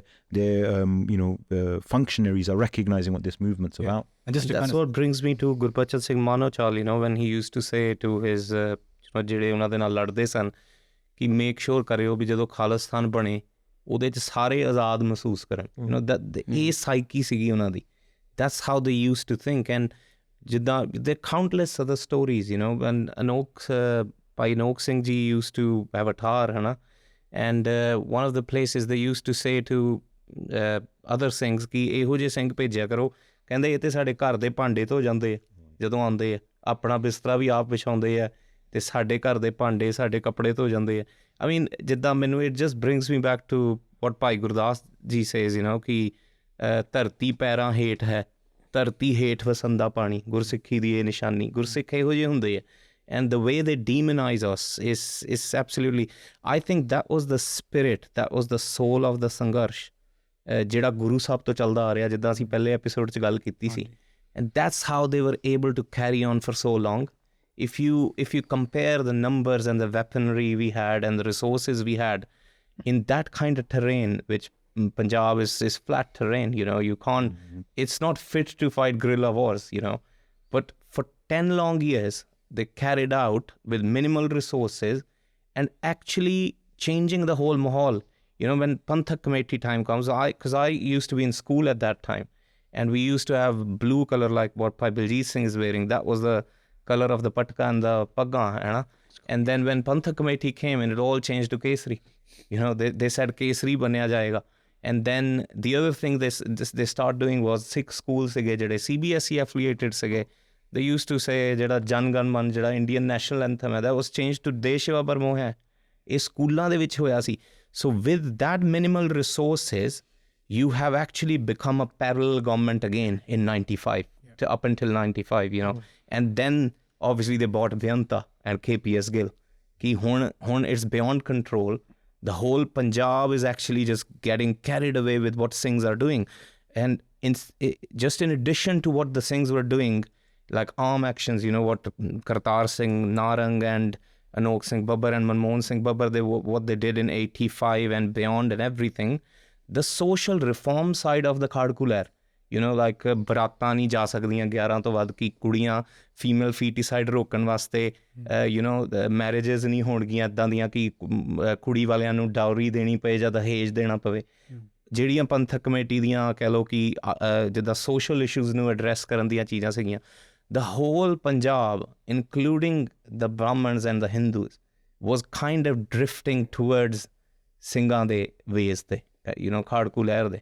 And that is what they fear. And that's how they bring in all the black cats and KPS Gill and the Beanta and everything. And I think we can talk about one thing, jede Singh sige, when we talk about insaf, je ਅਸੀਂ ਵੇਖੀਏ ਨਾ ਕਿ 84 ਦਾ ਇਨਸਾਫ ਕਿੰਨੇ ਦਿੱਤਾ, ਤੇ ਉਹ ਖਾੜਕੂ ਸਿੰਘਾਂ ਨੇ ਦਿੱਤਾ. ਤੇ ਜੇ ਅੱਜ ਅਸੀਂ ਜਿਉਂਦੇ ਹਾਂ ਤੇ ਉਹਨਾਂ ਕਰਕੇ ਜਿਉਂਦੇ ਹਾਂ. There's no two ways for me saying this. ਅਸੀਂ ਕਿਸੇ ਨੇ ਨਹੀਂ ਸੀ ਰਹਿਣਾ. ਸਾਡੀ ਐਥਨਿਕ ਕਲੀਨਜ਼ਿੰਗ ਇਸ ਲੈਵਲ 'ਤੇ ਹੋਣੀ ਸੀ ਜੋ ਅਸੀਂ ਸੋਚ ਵੀ ਨਹੀਂ ਸਕਦੇ ਜੇ ਸਿੰਘ ਫਾਰਮੀਡੇਬਲ ਰਿਸਪੌਂਸ ਨਾ ਦਿੰਦੇ, ਜੇ ਉਹ ਜਿਸ ਤਰ੍ਹਾਂ ਉਹ ਆਰਗੇਨਾਈਜ਼ ਹੋਏ, ਜਿਸ ਤਰ੍ਹਾਂ ਉਹਨਾਂ ਨੇ ਆਪਣੀ ਗੱਲਾਂ ਨੂੰ ਆਰਟੀਕੂਲੇਟ ਕੀਤਾ ਪਬਲਿਕ ਦੇ ਵਿੱਚ, ਜਿਨ੍ਹਾਂ ਨੇ ਜਿਸ ਤਰੀਕੇ ਨਾਲ ਉਹਨਾਂ ਨੇ ਆਪਣੇ ਆਪ ਨੂੰ ਕੰਡਕਟ ਕੀਤਾ, government had to actually spend millions in terms of defaming the Singhs, you know, through singers and all these puppets ਜਿਹੜੇ ਇਹਨਾਂ ਨੇ government ਨੇ ਲਿਆਂਦੇ. The movement was so strong. Like if you ask any Singh who was, you know, politically sort of involved in 90s, then Khalistan was actually a reality at that time. You know, they will say ਕਿ ਬਸ ਬਣ ਚੱਲਿਆ ਸੀ, ਅੱਜ ਬਣ ਗਿਆ ਕਿ ਕੱਲ ਬਣ ਗਿਆ ਕਿ ਪਰਸੋਂ ਬਣ ਗਿਆ. That is what the feeling was. ਔਰ ਸਾਡੇ ਕੋਲ ਕੋਈ ਟੈਂਕ ਨਹੀਂ ਹੈ, ਕੋਈ ਤੋਪਾਂ ਨਹੀਂ ਨੇ, ਕੋਈ ਕੁਛ ਨਹੀਂ ਹੈ. It's just public support. ਜਿੱਦਾਂ ਪੁਰਾਣੀ ਕਹਾਵਤ ਹੈ ਨਾ ਕਿ ਆ ਗਏ ਨਿਹੰਗ ਬੂਹੇ ਖੋਲਦੇ ਹੋ ਨਿਸੰਗ, ਉਹ ਵਾਲੀ ਗੱਲ ਸੀ ਵੀ ਖਾੜਕੂ ਡੋਰਾਂ ਤੇ ਬਾਅਦ ਚੋਂ ਪਹੁੰਚਦੇ ਸੀ. ਤੇ ਇਹ ਵੀ ਗੱਲ ਹੈ, ਇੱਕ ਵਾਰੀ ਬਾਬਾ ਮਾਨੋ ਚਾਲ ਦੀ ਗੱਲ ਹੈ, ਇੱਕ ਵਾਰੀ ਕਿ ਉਹ ਕਿਸੇ ਦੇ ਘਰ ਗਏ ਤੇ ਉਹ ਕਹਿੰਦੇ ਕਿ ਪ੍ਰਸ਼ਾਦਾ ਚਾਹੀਦਾ, ਤੇ ਉਹ ਬੀਬੀ ਥੋੜ੍ਹੀ ਡਰ ਗਈ ਵੀ ਸਾਡੇ ਬੱਚੇ ਮਾਰ ਦੇਣੇ ਹੈ, ਤੇ ਉਹ ਕਹਿੰਦੇ ਕੋਈ ਗੱਲ ਨਹੀਂ, ਫਿਰ ਉਹਨਾਂ ਨੇ ਪ੍ਰਸ਼ਾਦਾ ਨਹੀਂ ਛਕਿਆ ਉੱਥੇ, ਉਹ ਅਗਲੇ ਘਰ ਚਲੇ ਗਏ ਵੀ ਕੋਈ ਗੱਲ ਨਹੀਂ, ਅਸੀਂ ਤੁਹਾਨੂੰ ਨੁਕਸਾਨ ਨਹੀਂ ਪਹੁੰਚਾਉਣਾ. ਇੱਦਾਂ ਦੇ ਖੜਕੂ ਸੀਗੇ. ਉਹਨਾਂ ਨੇ ਬਲੈਕ ਕੈਟ ਮੂਵਮੈਂਟ ਲਿਆ ਕੇ ਜਿੱਦਾਂ ਖਾਲਿਸਤਾਨ ਦੇ ਲੋਕ ਜੁਝਾਰੂਆਂ ਨੂੰ ਡਿਫੇਮ ਕੀਤਾ and all that. They spend loads of money just to demonize us. But the reality is that Khalistan still is a reality, you know, and I can talk about ਜਿਹੜੇ diaspora ਦੇ ਵਿੱਚ naan binding referendum ਹੋ ਰਹੇ ਨੇ, ਲੱਖਾਂ ਲੋਕ ਲਾਈਨਾਂ 'ਚ ਖੜ੍ਹ ਕੇ ਵੋਟਾਂ ਪਾ ਰਹੇ ਨੇ, ਹੈ ਨਾ. ਐਂਡ ਉਹ ਕੌਣ ਨੇ ਬੰਦੇ? It's not just the diaspora ਦੇ ਬੰਦੇ, ਦੇ ਆਰ ਸਟੂਡੈਂਟਸ ਜਿਹੜੇ ਹਾਲੇ ਫਲਾਈਟਾਂ ਤੋਂ ਕੱਲ੍ਹ ਹੀ ਉਤਰੇ ਨੇ ਪੰਜਾਬ ਤੋਂ ਇੱਥੇ ਬਾਹਰ ਆ ਕੇ. Even they are voting because they know the reality.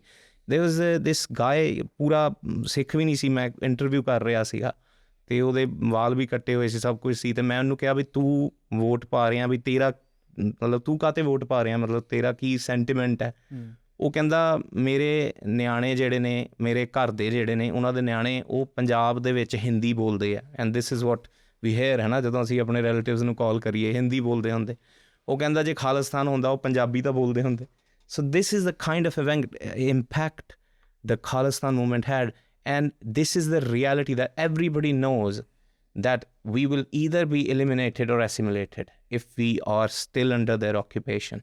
So the only way to come out of this whole genocidal impulse and this whole, you know, sword hanging on our head is to have our own khud mukhtiyari, have our own self-determination, have our own nation. You know, the Indian state had a very clear formula with which they carried out this genocidal counterinsurgency. So on one hand you had like the Singhs, and you had the Singhs and Singhs, and you had like these militant formations, guerrilla units that were very effective, organized, carrying out high profile assassinations from the Prime Minister to generals of the army to senior police officers, and in a very targeted and calculated way as well. One of them, the police officers that was assassinated, was a guy called Gobind Ram, and he was a particularly brutal and vicious police officer.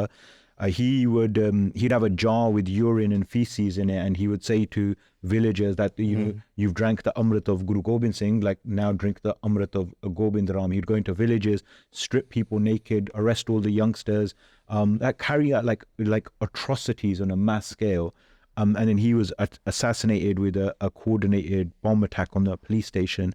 And so you had police officers and obviously government officials, in their compounds as well. Like at this time now, like following 84, following November, following the rise of the Sikh militant group, you had like senior government officials essentially retreating into armored and secured compounds. They couldn't travel on the roads. Even like their most notorious police officers, like Sumedh Saini, couldn't travel without a motorcade, an armored bomb-proof vehicle with armored guards. I think he had like hundreds of police officers dedicated to his personal security. And the former police officer, KPS Gill, who's credited by the Indian government as quote-unquote restoring law and order, he couldn't travel without, and he spent his entire life under I think they call it Z security outside of Punjab as well. Outside of Punjab. So he lived in secrecy, and he was credited with destroying the movement, restoring law and order,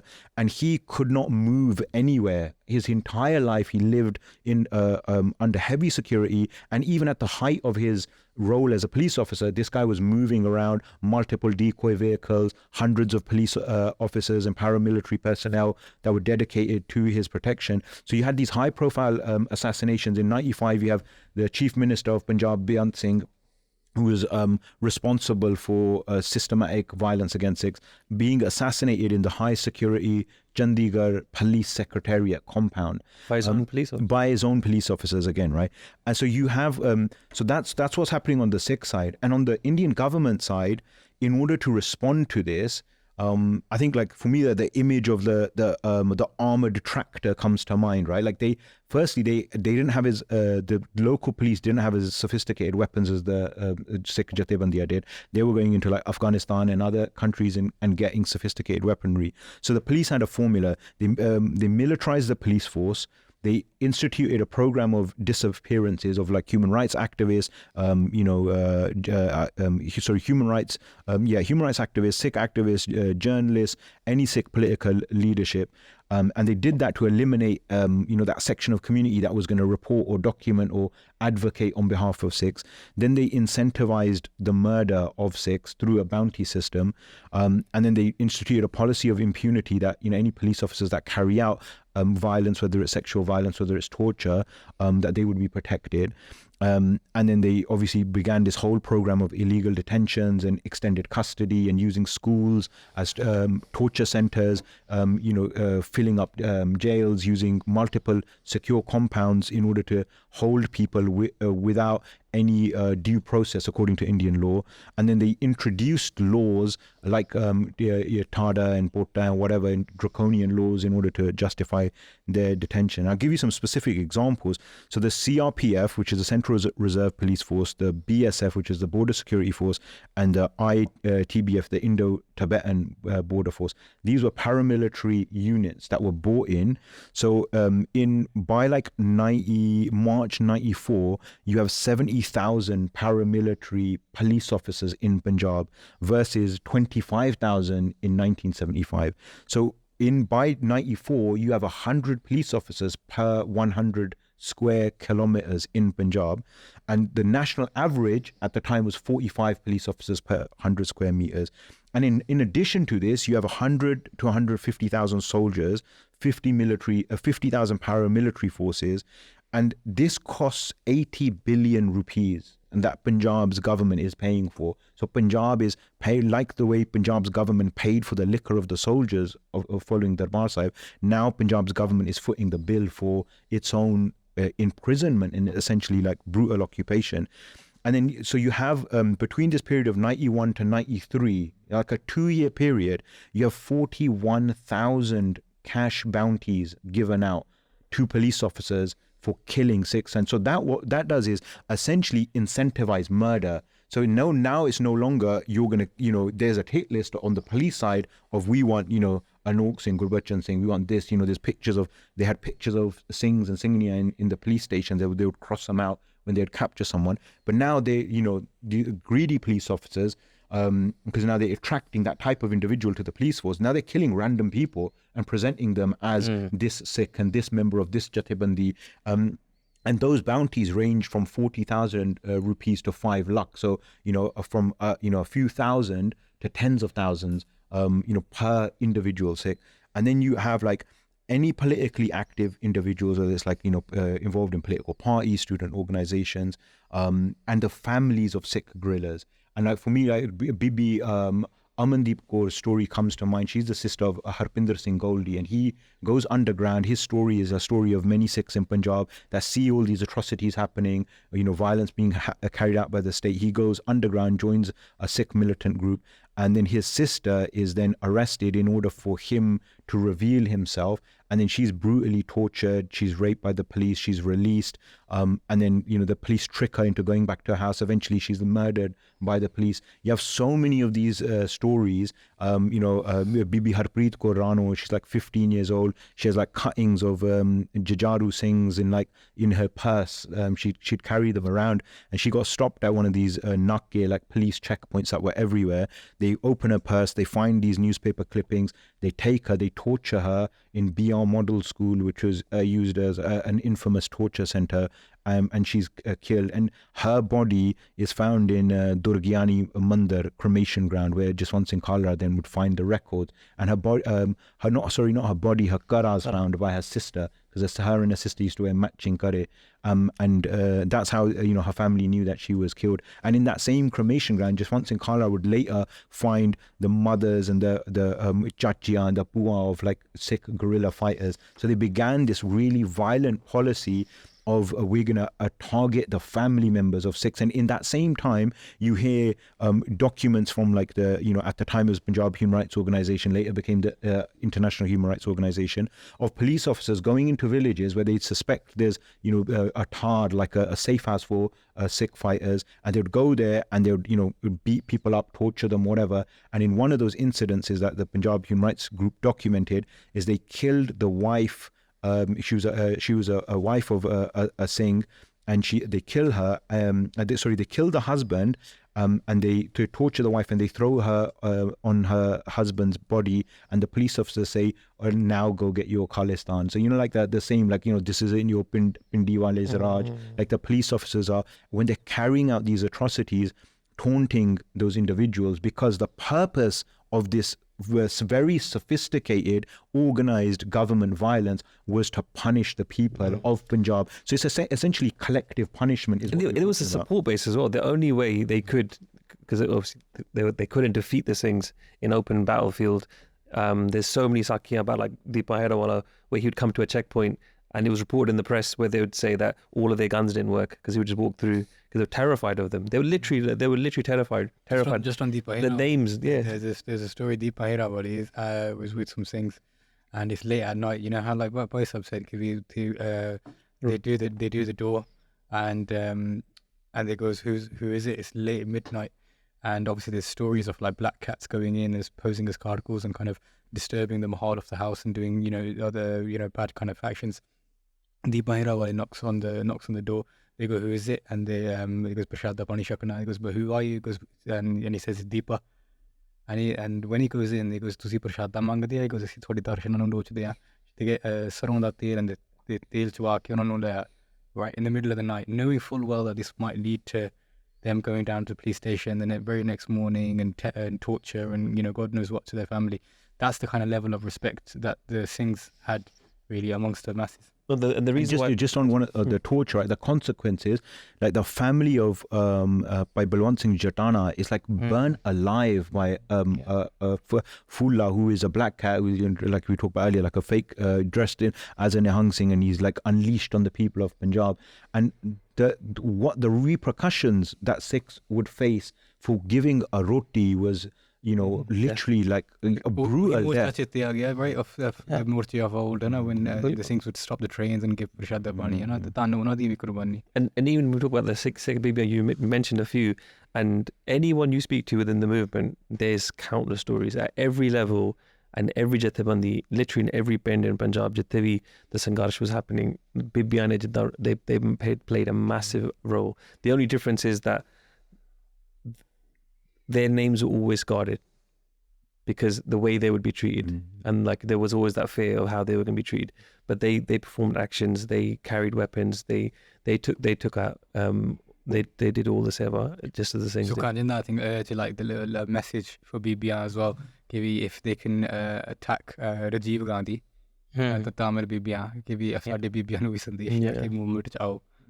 But even like you're saying, a bit to write in his books as well about how important it was to have that support from the Bibi, and like whether it's Prashad there, where there was shelter, and they knew as well that like you guys were saying, that because at night time the police couldn't move, they couldn't go anywhere, and it was a death sentence. But which they did that, Khushi na kabul kita si to give that. There's another side of the Bibi as well, by entrapment as well, and other tools. So that's hidden.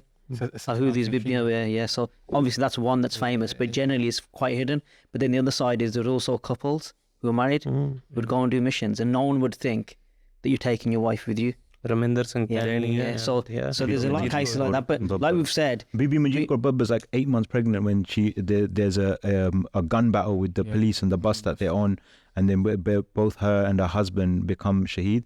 And like when you look at the movement, when you look at like the character of the Sikhs and they were fighting, like they weren't carrying out sexual violence, they weren't burning people alive, they weren't splitting people's limbs open and pouring literal salt into their wounds, and carrying out like grotesque violence. Wherever you see the Sikh response, it was always targeted towards police officers. But the state side was like, it's undescribable. And I think that's what really really electrified the people of the Punjab and anybody who supports the Khalistan movement, why there's such emotion attached to it.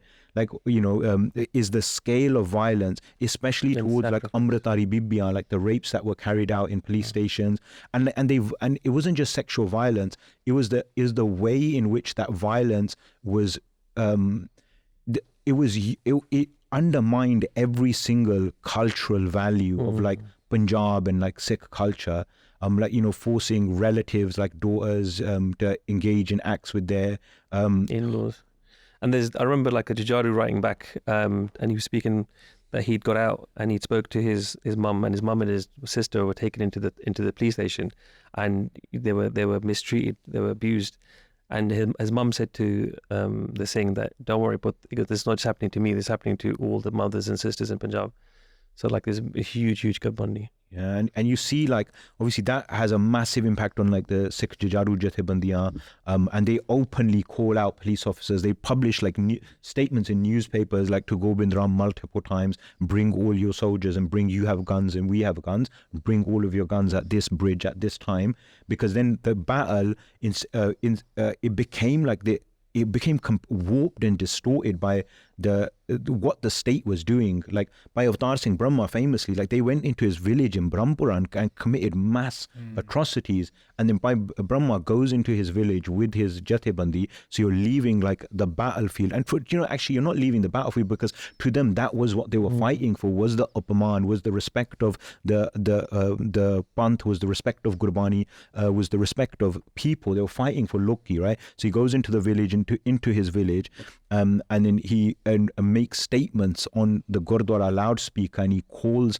the CRPF. They're inside their compound and they wouldn't come out. They wouldn't face by Avtar Singh Brahma, and they stay there all night calling them out and saying, come out, you're committing atrocities. He had branded women in the village. He had branded women in the village and like all sorts of stuff, man. Now, honestly, for me, like when I was like first learning about like the Khalistan movement, like reading about the character of the Sikhs and the clarity in which they were fighting and what they were fighting for, versus reading about the atrocities and the nature of the Indian police forces, like it was really transformational. And I think that part of it, like there's a hugely important discussion about how human rights were violated and atrocities were committed, but it can't be separated from the battle. It can't be separated from Darbar Sahib, because you see it in Darbar Sahib that when the Jujaru fighters, when they all attain Shahidi and the police and the military have control, this is what they do. They carry out atrocities,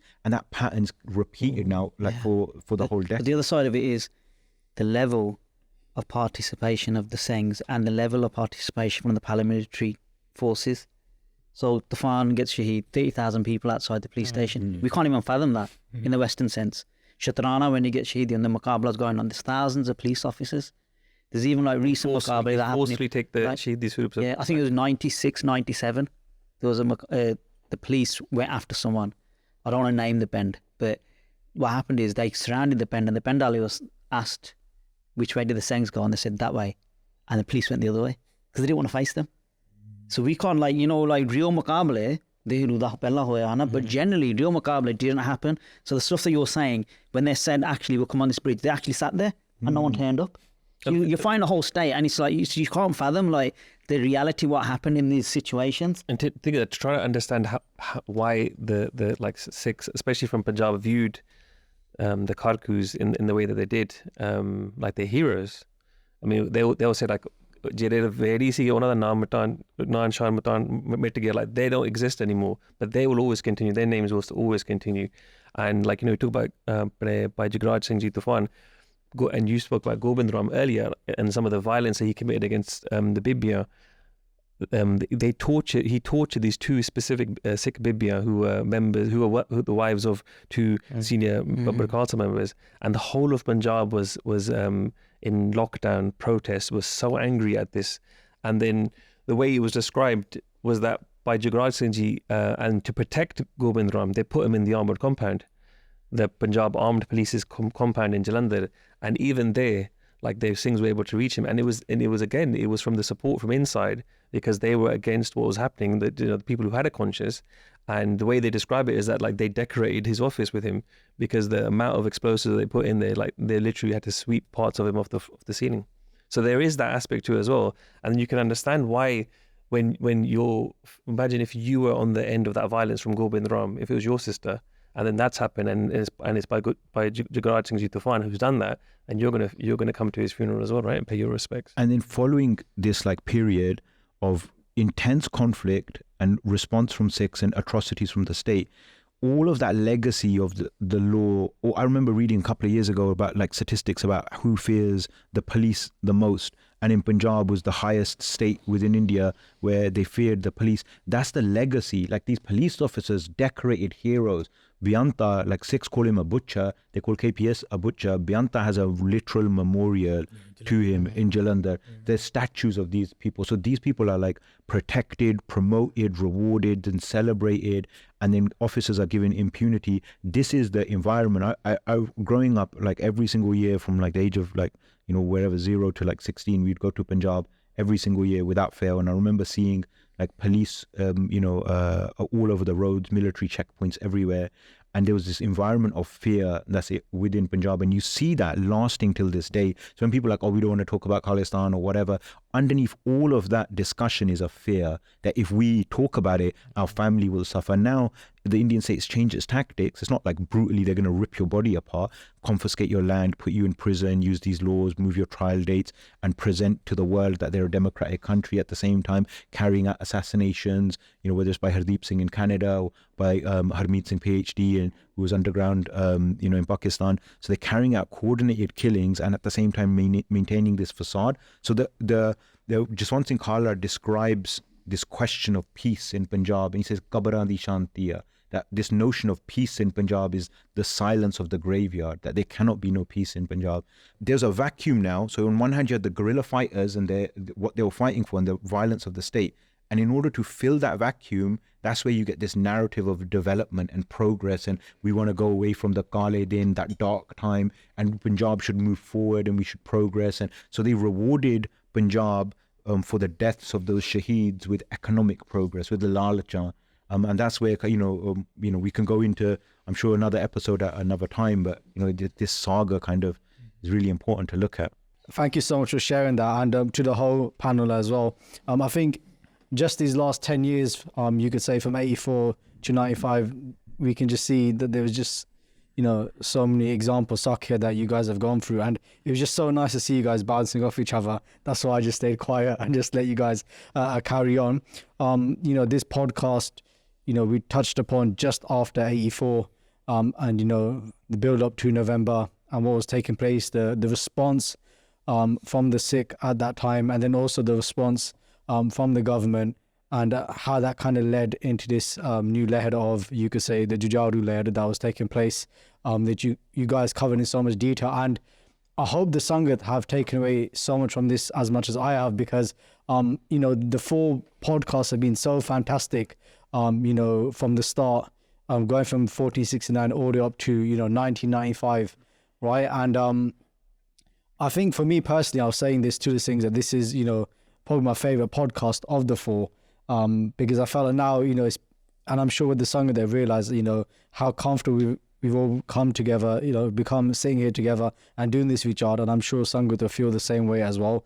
And we already got feedback from the previous podcasts that this is having a change on the next generation, on the kids as well. So that's fantastic to hear. So please do send in your feedback as well. And I think what would be a nice way to finish off with now is, I was thinking in my head actually, for the from 1984 to 1995, but even if it's before that, I'll open this question to everybody to finish off with. Is there a certain story a Sikh or an experience or something that happened in Sikh Itihas which stands out to you guys, whether that is 84 to 95 or any time before that, a certain individual that stands out to you guys, you know, that you feel like that's had a profound effect on you and you want to share that with the Sangat? That is the first question. And the second one is, you know, how is what we've been speaking about in these past podcasts, what effect has that had on your personal jivan, on your personal life? Right, so just to repeat that, the first one is about something in Sikh Itihas, whether it's to do with 84 onwards or before. And the second thing is, how does that fuel your Sikhi? What effect does that have on your Sikhi? You know, all the Sangharsh Shahidiyan that we've just talked about, I think, you know, the famous saying when we say history repeats itself, it's like Bhai Anokh Singh Ji just reminds me of Bhai Mani Singh Ji. Gurdev Singh Debu reminds me of Bhai Dayala Ji, you know. And many other Singhs that we've talked about, you know, Baba Deep Singh Ji, you know, what Sant Jarnail Singh Ji did, it reminds me of Baba Deep Singh Ji, कि मैं defend करना ही करना अपने स्थान ਨੂੰ ਭਾਵੇਂ ਮੇਰੇ ਅਖੀਰਲੇ ਸਾਹ ਤੱਕ. It just, I think we have relived, and I think we're lucky that this has all happened in our conscience. So we've got a story to tell now to the next generation. And I think the next generation has adopted the whole ethos of Sangharsh very well, you know, especially in the recent time. I mean, look at it from this perspective, like Kallu Kare. They had to wipe off a whole generation to stop the Hatiyarband Sangharsh. The whole generation. What they did in Delhi, that happened nearly in every pind. But what, you know, surprises me is that ਸਿੰਘਾਂ ਨੇ ਆਪਣੀ ਪ੍ਰਤੀਤ ਨਹੀਂ ਛੱਡੀ. ਜੋ ਦਿੱਲੀ ਵਿੱਚ ਹੋਇਆ ਪੰਜਾਬ 'ਚ ਈਜ਼ੀਲੀ ਸਿੰਘ ਕਰ ਸਕਦੇ ਸੀ, ਜੋ ਦਿੱਲੀ 'ਚ ਸਿੱਖਾਂ ਨਾਲ ਹੋਇਆ, ਪਰ ਉਹਨਾਂ ਨੇ ਆਪਣੀ ਪ੍ਰਤੀਤ ਨਹੀਂ ਛੱਡੀ, ਅੱਜ ਵੀ ਨਹੀਂ ਛੱਡੀ. It just reminds me of this recent, you know, genocide mongering in Delhi against the Muslims. ਤੇ ਉੱਥੇ ਇੱਕ ਪਰਿਵਾਰ ਸੀਗਾ ਤਰਲੋਕਪੁਰੀ ਦਾ ਹੀ, ਜਿੰਨੇ ਪਿਓ ਪੁੱਤ ਨੇ, you know, he went on his scooter and then I think evacuated nearly 32 ਮੁਸਲਮਾਨ from a place ਜਿੱਥੇ ਹੋ ਸਕਦਾ ਸੀ ਕੁਛ. ਉਹ ਕਹਿੰਦਾ ਕਿ ਜੋ ਮੇਰੇ ਨਾਲ ਦਿੱਲੀ 'ਚ ਹੋਇਆ ਮੈਂ ਕਿਸੇ ਨਾਲ ਨਹੀਂ ਹੋਣ ਦੇਣਾ. ਇਹ ਜਿਹੜੀ ਸਪਿਰਿਟ ਹੈ, ਇਹ ਸਿਰਫ ਸਿੱਖਾਂ ਦੇ ਹੱਥ ਆਈ ਹੈ. ਨਹੀਂ ਤਾਂ ਦੁਨੀਆ 'ਚ ਅਸੀਂ ਦੇਖਦੇ ਹਾਂ ਜੋ ਕਿਸੇ ਨਾਲ ਹੁੰਦਾ ਉਹੀ ਕਰ ਦਿੰਦਾ ਵਾਪਸ. ਪਰ ਸਿੱਖਾਂ ਨੇ ਆਪਣੀ ਪ੍ਰਤੀਤ ਨਹੀਂ ਛੱਡੀ. ਪੂਰੇ ਹਥਿਆਰਬੰਦ ਸੰਘਰਸ਼ 'ਚ ਜਿੱਦਾਂ ਅਸੀਂ ਗੱਲਾਂ ਕੀਤੀਆਂ, ਇੱਕ ਛੋਟੀ ਜਿਹੀ ਹੋਰ ਸਟੋਰੀ ਸੀਗੀ.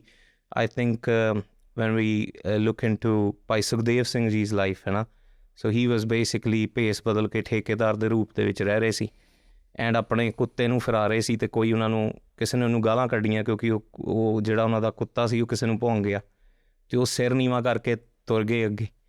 ਜਦੋਂ ਬਾਅਦ 'ਚ ਉਸ ਬੰਦੇ ਨੂੰ ਪਤਾ ਲੱਗਿਆ, ਜਦੋਂ ਉਹਨਾਂ ਦੀ ਸ਼ਹੀਦੀ ਹੋ ਗਈ, ਕਿ ਉਹ ਮਾਈ ਗੋਡ ਇਹ ਸੁਖਦੇਵ ਸਿੰਘ ਬੱਬਰ ਸੀ, ਪਰ ਉਹਨੇ ਮੈਨੂੰ ਕੁਛ ਕਿਹਾ ਨਹੀਂ, ਚਾਹੁੰਦਾ ਤੇ ਉਹ ਕੁਛ ਵੀ ਕਰ ਸਕਦਾ ਸੀ ਮੇਰੇ ਨਾਲ, ਭਾਵੇਂ ਅਗਲੇ ਦਿਨ ਮੈਨੂੰ ਮਾਰ ਦਿੰਦਾ, ਚਲੋ ਉਸ ਦਿਨ ਭਾਵੇਂ ਉਹਦੇ 'ਚ ਸੀ. ਪਰ ਜਿਹੜੀ ਸਿੰਘਾਂ ਦੀ ਇਹ ਇੱਕ ਨਾ ਪ੍ਰਿੰਸੀਪਲਡ ਲੜਾਈ ਹੈ, ਸਾਡੀ ਲੜਾਈ ਐਨੀਮੋਸਿਟੀ ਦੀ ਨਹੀਂ ਹੈ, ਸਾਡੀ ਲੜਾਈ ਬਿਲਕੁਲ ਸਟਰੇਟ ਹੈ, ਪ੍ਰਿੰਸੀਪਲ ਦੀ ਲੜਾਈ ਹੈ. ਉਹੀ ਲੜਾਈ ਜਿਹੜੀ ਗੁਰੂਸ਼ਿਪ ਪੀਰੀਅਡ ਤੋਂ ਚੱਲਦੀ ਆ ਰਹੀ.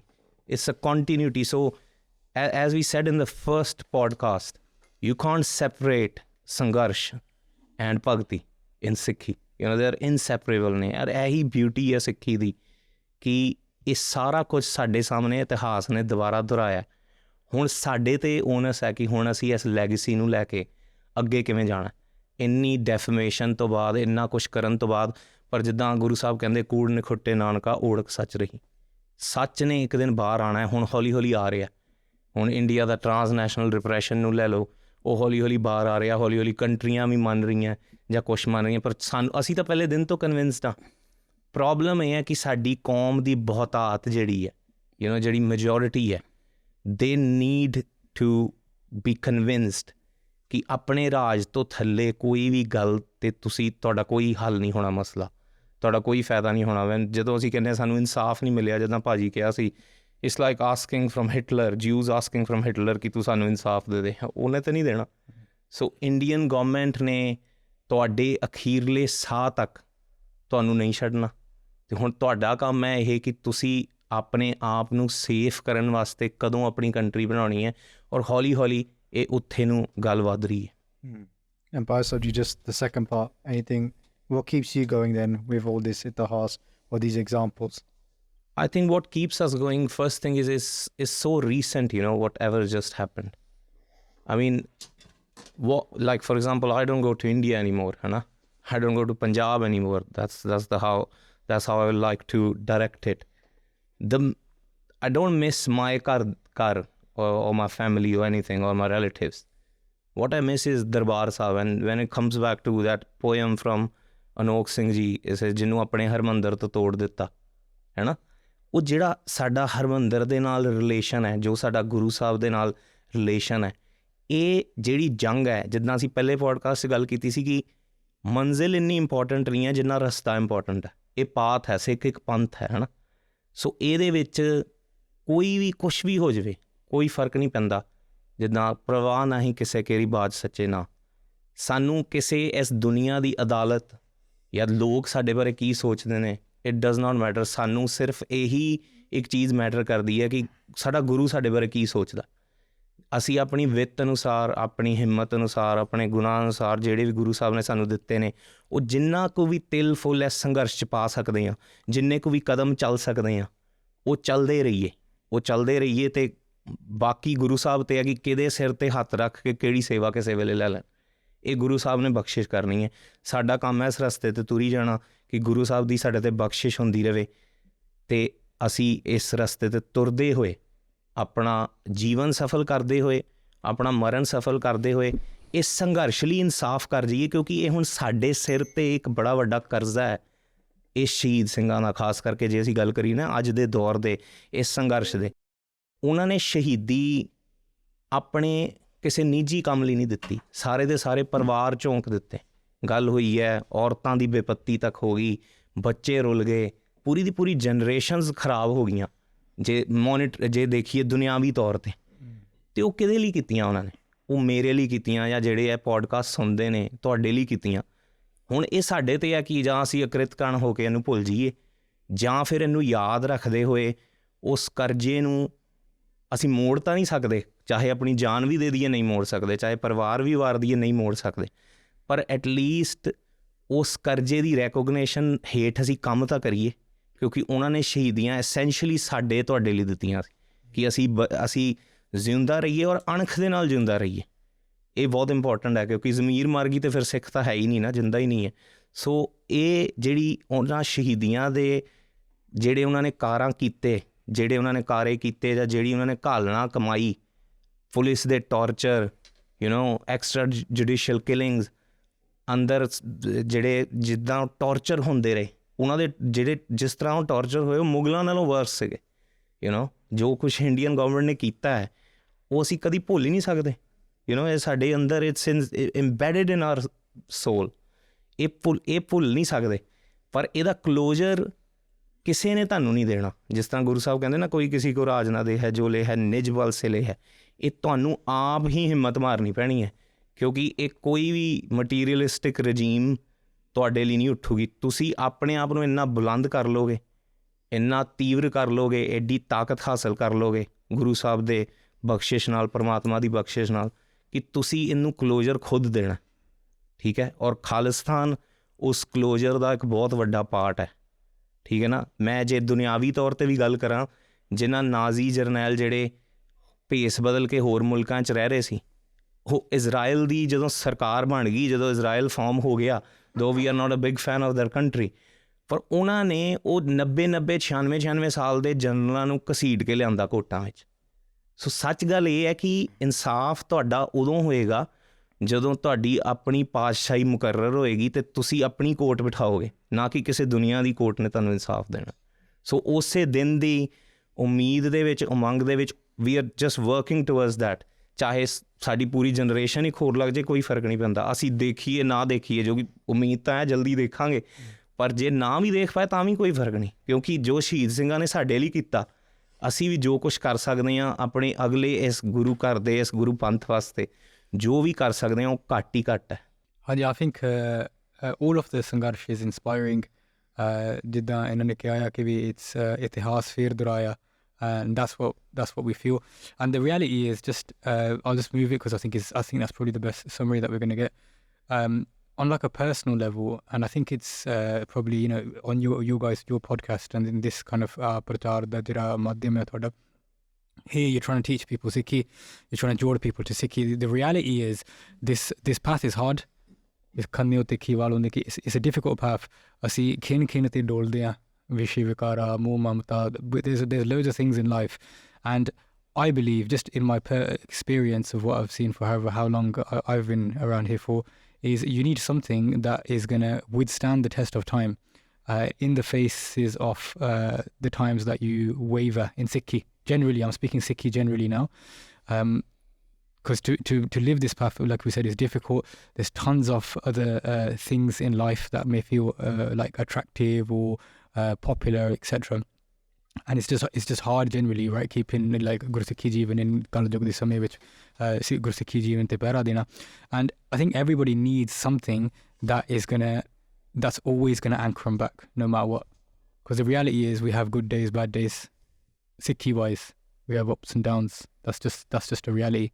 And this is the anchor, the karja of the shaheeds. That's the anchor that's holding us down to Sikhi, that we can't stray away. Right. Dhanwad ji. Shamsher Singh Ji. I mean, everything both of the brothers said, 100% echo. I felt that for a really long time as well, that their shahidiya, that courage that we feel, that weight that's on our shoulders, on our heads, like, yeah, I mean, it can never be repaid. And for me, for the longest time, I felt that like the whole purpose of having the jindagi, like what, we're not attracted to living for the sake of living. We're not here just to raise this body and then send it to the grave. Everything that we have, our Jawan should carry the voice of our missing, murdered masses. You know, like Nasal Kushi on the genocide, all of that's been taken from us. Like otherwise, there's no point of having a voice if it's not gonna carry that. When we like Bhai Anokh Singh, you know, that first line of that poem that they write, "O panth dardiyo kuj socho, jeda apna kite na kar hunda, oda nang na sake kaj koi." That panth dardiyo, those that feel the dard for the panth, think somewhat. That those that don't have their house, their nakedness can't be covered by anyone. So ਅਸੀਂ ਆਪਣੇ ਘਰ ਲਈ, ਆਪਣੇ ਪਰਿਵਾਰ ਲਈ ਬਹੁਤ ਕੁਛ ਕਰਦੇ ਹਾਂ ਦੁਨੀਆ ਦੇ ਪੱਧਰ ਦੇ ਉੱਤੇ। ਰੋਟੀ ਵੀ ਅਸੀਂ ਥਾਲ 'ਚ ਪਾ ਕੇ ਖਾਂਦੇ ਹਾਂ, ਪਰ ਕੌਮ ਦੇ ਘਰ ਤੋਂ ਬਿਨਾਂ there is no container for our culture, for our existence.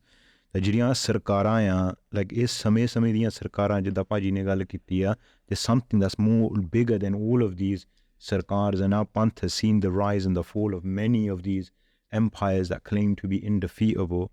And Sada Sangharsh is Piri Dar Piri, generational, is Sadivi Sangharsha. It lasts forever. Karke there's always going to be Insafi, there's always going to be oppression, and our struggle is eternal against that. So we're going to lose Raj and gain Raj for the same reason that Guru Sikh, the Namane, beautiful creatures that they are, can't tolerate anybody being oppressed or anybody living in a space of injustice. So they'll throw everything away. Raj Pag, sab kuch hona vaste khadone hai. And yeah, like for me, that's fascinated me and held me, is through this whole process, these generations of violence and resistance, there's something profound that survives, that shouldn't have survived. We're here speaking English, many of us thinking in English. We shouldn't have a connection to Punjab or Khalistan or Raj or Pak. That should have been removed from our minds by the British or the Mughals before them or the Indians after them. But yet we're born a generation away, or thousands of miles away from Punjab, and we feel the same pain and the same kitch for our Sangharsh, that those that were born there, that were our age, that were hunted and killed. So yeah, and that thing will always survive, whether it's through our Vara, like, you know, that Vara at that time, Bhai Harjinder Singh Mukhta ne likhi sigi, who gave Shahidi at Darbar Sahib, Sikh Veer Jawano Gabru Sikhi to Jawani War Deo. Like, that survives. Our songs survive, our connection to Gurbani survives, our Bolballe survive, our memory of who we are survives, and that can never ever be erased. And I get a lot of hope and a lot of inspiration from that. That jinni marji sade more taakat hove, jiddi marji vaddi taakat hove, that is nothing. It just the prem of a Gursikh can destroy that whole empire. And that thing that's indestructible, for me, that points to the vadiyai of the Guru Khalsa and the vadiyai of Guru Sahib, ਕਿ ਉਹ ਇਹੋ ਜਿਹੀ ਚੀਜ਼ ਬਣਾ ਕੇ ਦੁਨੀਆ ਦੇ ਵਿੱਚ ਜੇ ਵੱਡੀਆਂ ਵੱਡੀਆਂ ਤਾਕਤਾਂ ਨਹੀਂ ਉਹਨੂੰ ਤਬਾਹ ਕਰ ਸਕਦੀ ਹੈ, ਲਾਈਕ ਭਾਵੇਂ ਟੈਂਕ ਹੋਵੇ, ਭਾਵੇਂ ਜੋ ਮਰਜ਼ੀ ਹੋਵੇ, ਚਰਖੜੀ ਹੋਵੇ, that it can't be destroyed. And it's proven, it's a fact, and only we know it. Like no one else can understand this fact. No one else, ਜਿੰਨਾ ਮਰਜ਼ੀ ਸੀ ਉਹਨਾਂ ਨੂੰ ਸਮਝਾ ਕੇ ਦੇਖ ਲਿਓ, ਬਾਹਰਲੇ ਲੋਕਾਂ ਨੂੰ, ਕੌਮਾਂ ਨੂੰ, ਜਿੰਨੀਆਂ ਮਰਜ਼ੀਆਂ ਦਲੀਲਾਂ ਦੇ ਲਈਏ, ਪਰ ਇਹ ਸੱਚਾਈ ਸਾਨੂੰ ਪਤਾ ਆ ਕਿ ਜੋ ਸਾਡੇ ਕੋਲ ਹੈਗਾ ਉਹ ਤਬਾਹ ਨਹੀਂ ਕੀਤਾ ਜਾ ਸਕਦਾ. ਐਂਡ ਇੱਦਾਂ ਹੀ ਪੰਥ ਨੇ ਚੜ੍ਹਦੀ ਕਲਾ ਦੇ ਵਿੱਚ ਗੁਰੂ ਸਾਹਿਬ ਦੇ ਅੱਗੇ ਅਰਦਾਸਾਂ ਕਰਕੇ ਮੈਦਾਨ ਵੰਡਣੇ ਆ, ਸ਼ਹੀਦੀਆਂ ਪਾਉਣੀਆਂ ਆ, ਤਾਂ ਆਉਣ ਵਾਲੇ ਸਮੇਂ ਦੇ ਵਿੱਚ ਗੁਰੂ ਸਾਹਿਬ ਪੰਥ ਨੂੰ ਚੜ੍ਹਦੀਆਂ ਕਲਾਂ ਬਖਸ਼ਣ. ਤੇ ਜਿਹੜੇ ਦੁਸ਼ਮਣ ਆ, ਵੈਰੀ ਆ, ਹਮੇਸ਼ਾ ਪੰਥ ਦੀ ਅਰਦਾਸ ਰਹੀ ਆ ਕਿ ਉਹ ਦੁਸ਼ਟਾਂ ਦੇ ਨਾਂ ਪੰਥ ਨੂੰ ਚੇਤੇ ਰਹਿਣ, ਕਿ ਸਮਾਂ ਆਊਗਾ ਉਹਨਾਂ ਦੇ ਨਾਲ ਨਜਿੱਠਿਆ ਜਾਵੇ. ਤਾਂ ਪੰਥ ਨੇ ਆਪਣੇ ਫੈਸਲੇ, ਆਪਣੇ ਬਦਲੇ ਗਿਣ ਕੇ, ਮਿੱਥ ਕੇ ਹਮੇਸ਼ਾ ਲਏ ਆ. That's the history, that the Panth's always moved and operated in a certain way, and it will continue, and there's nothing that anyone can do about that. So for me, I'm like fascinated by the fact that we're here and we survive, and ਇੰਨੀ ਅਰਦਾਸ ਇਹੀ ਆ ਕਿ ਗੁਰੂ ਸਾਹਿਬ ਆਪਣੇ ਪੰਥ ਦੇ ਨਾਲ ਜੋੜੀ ਰੱਖਣ, and that for me, that's really it, I guess. Thank you, Bhai Satwant. Over to you guys over here. So the question is 1984 to 95. Or any period. Yeah. Anji. But personally, I can't count that unless we do stuff from 75 to 95. So Sant Kartar Singh and Bhai Fauja Singh. So Bhai Fauja Singh predates Sant Janal Singh as well. So those two figures really laid the foundations for the whole Sangharsh. So Labh Khalsa obviously comes out from Bhai Fauja Singh and his thinking and the camps and stuff that he did. Sant Kartar Singh, nearly all the Vidyarthis at Taksal get shahed in the attack. They're Sant Kartar Singh Vidyarthis, not actually Sant Janal Singh Vidyarthis in that sense. So those are the two foundations that lead that. And then obviously coming today, you go to Punjab, go anywhere across the world, if you print a sticker of Sant Janal Singh, that'll just sell. So sada jang jari rahegi, there's no two ways about it, that's just going to continue. So that's in the minds of our Najwan now, but what they need to keep remembering is these people are sadhu sants first and foremost. But jere guru kiyan larliyan faujan, we talk about that term, but that term goes to these people between 75 to 95 who gave the Qurbaniya, because they showed what the Khalsa is. It lives on horses, lives on a horseback, lives a life where you every minute, every second, you don't know if you're going to get shot at, you don't know what you're going to be doing.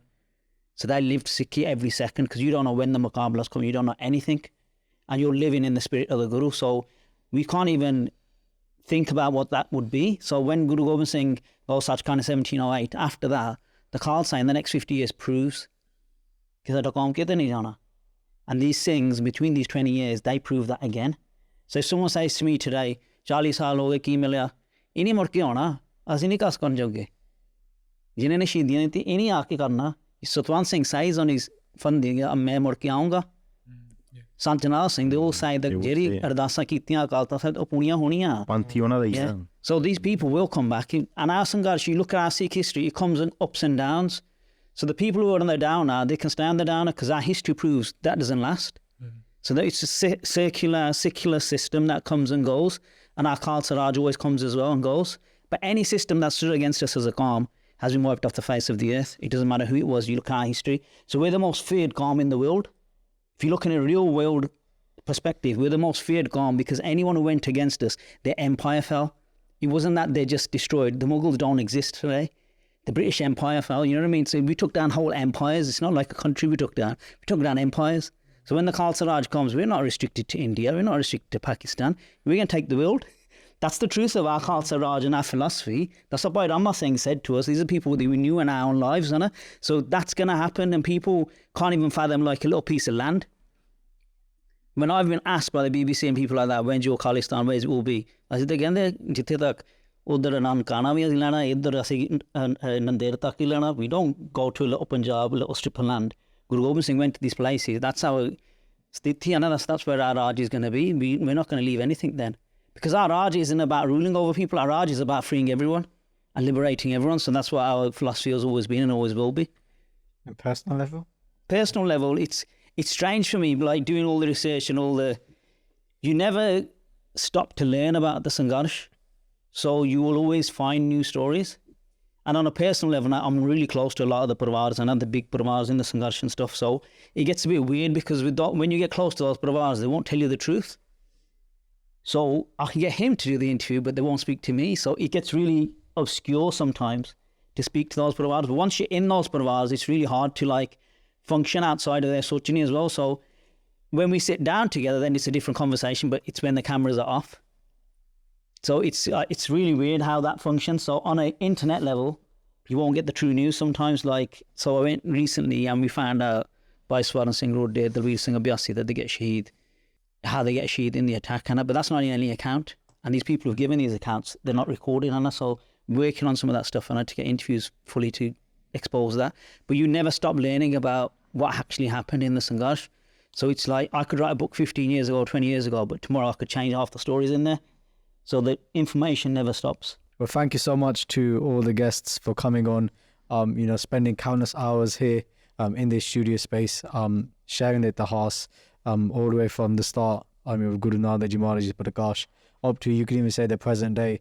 Thank you to all the Sangat as well for tuning in and showing your support in the comment section. Make sure you guys share these videos, with your friends and family. As we've already mentioned, the effect that it has on those people that that we're close to as well. And make sure you guys subscribe and check out all these the seva of these Guru Sikhs that they're doing. We put all the links in the description as well, so make sure you check out their seva and support the seva. And just again, like we say, arm ourselves with knowledge. Let's learn about this and spread this to all our friends and family as well. Again, a big thank you to all the panelists, and hopefully Guru Kirpa, when it comes to November this year in 2024, we're hoping to do more projects as well. Hopefully we'll get some guests in and do some actual first-hand accounts of people that were there at the time in Delhi and get those experiences as well. So we'll finish off here. Please give any mistakes that have been made within all the podcasts, even when it comes to all the clips and stuff that we've done as well. And again, for one last time, thank you so much to all the panelists for taking the time out. Vaheguru Ji Ka Khalsa, Vaheguru Ji Ki Fateh.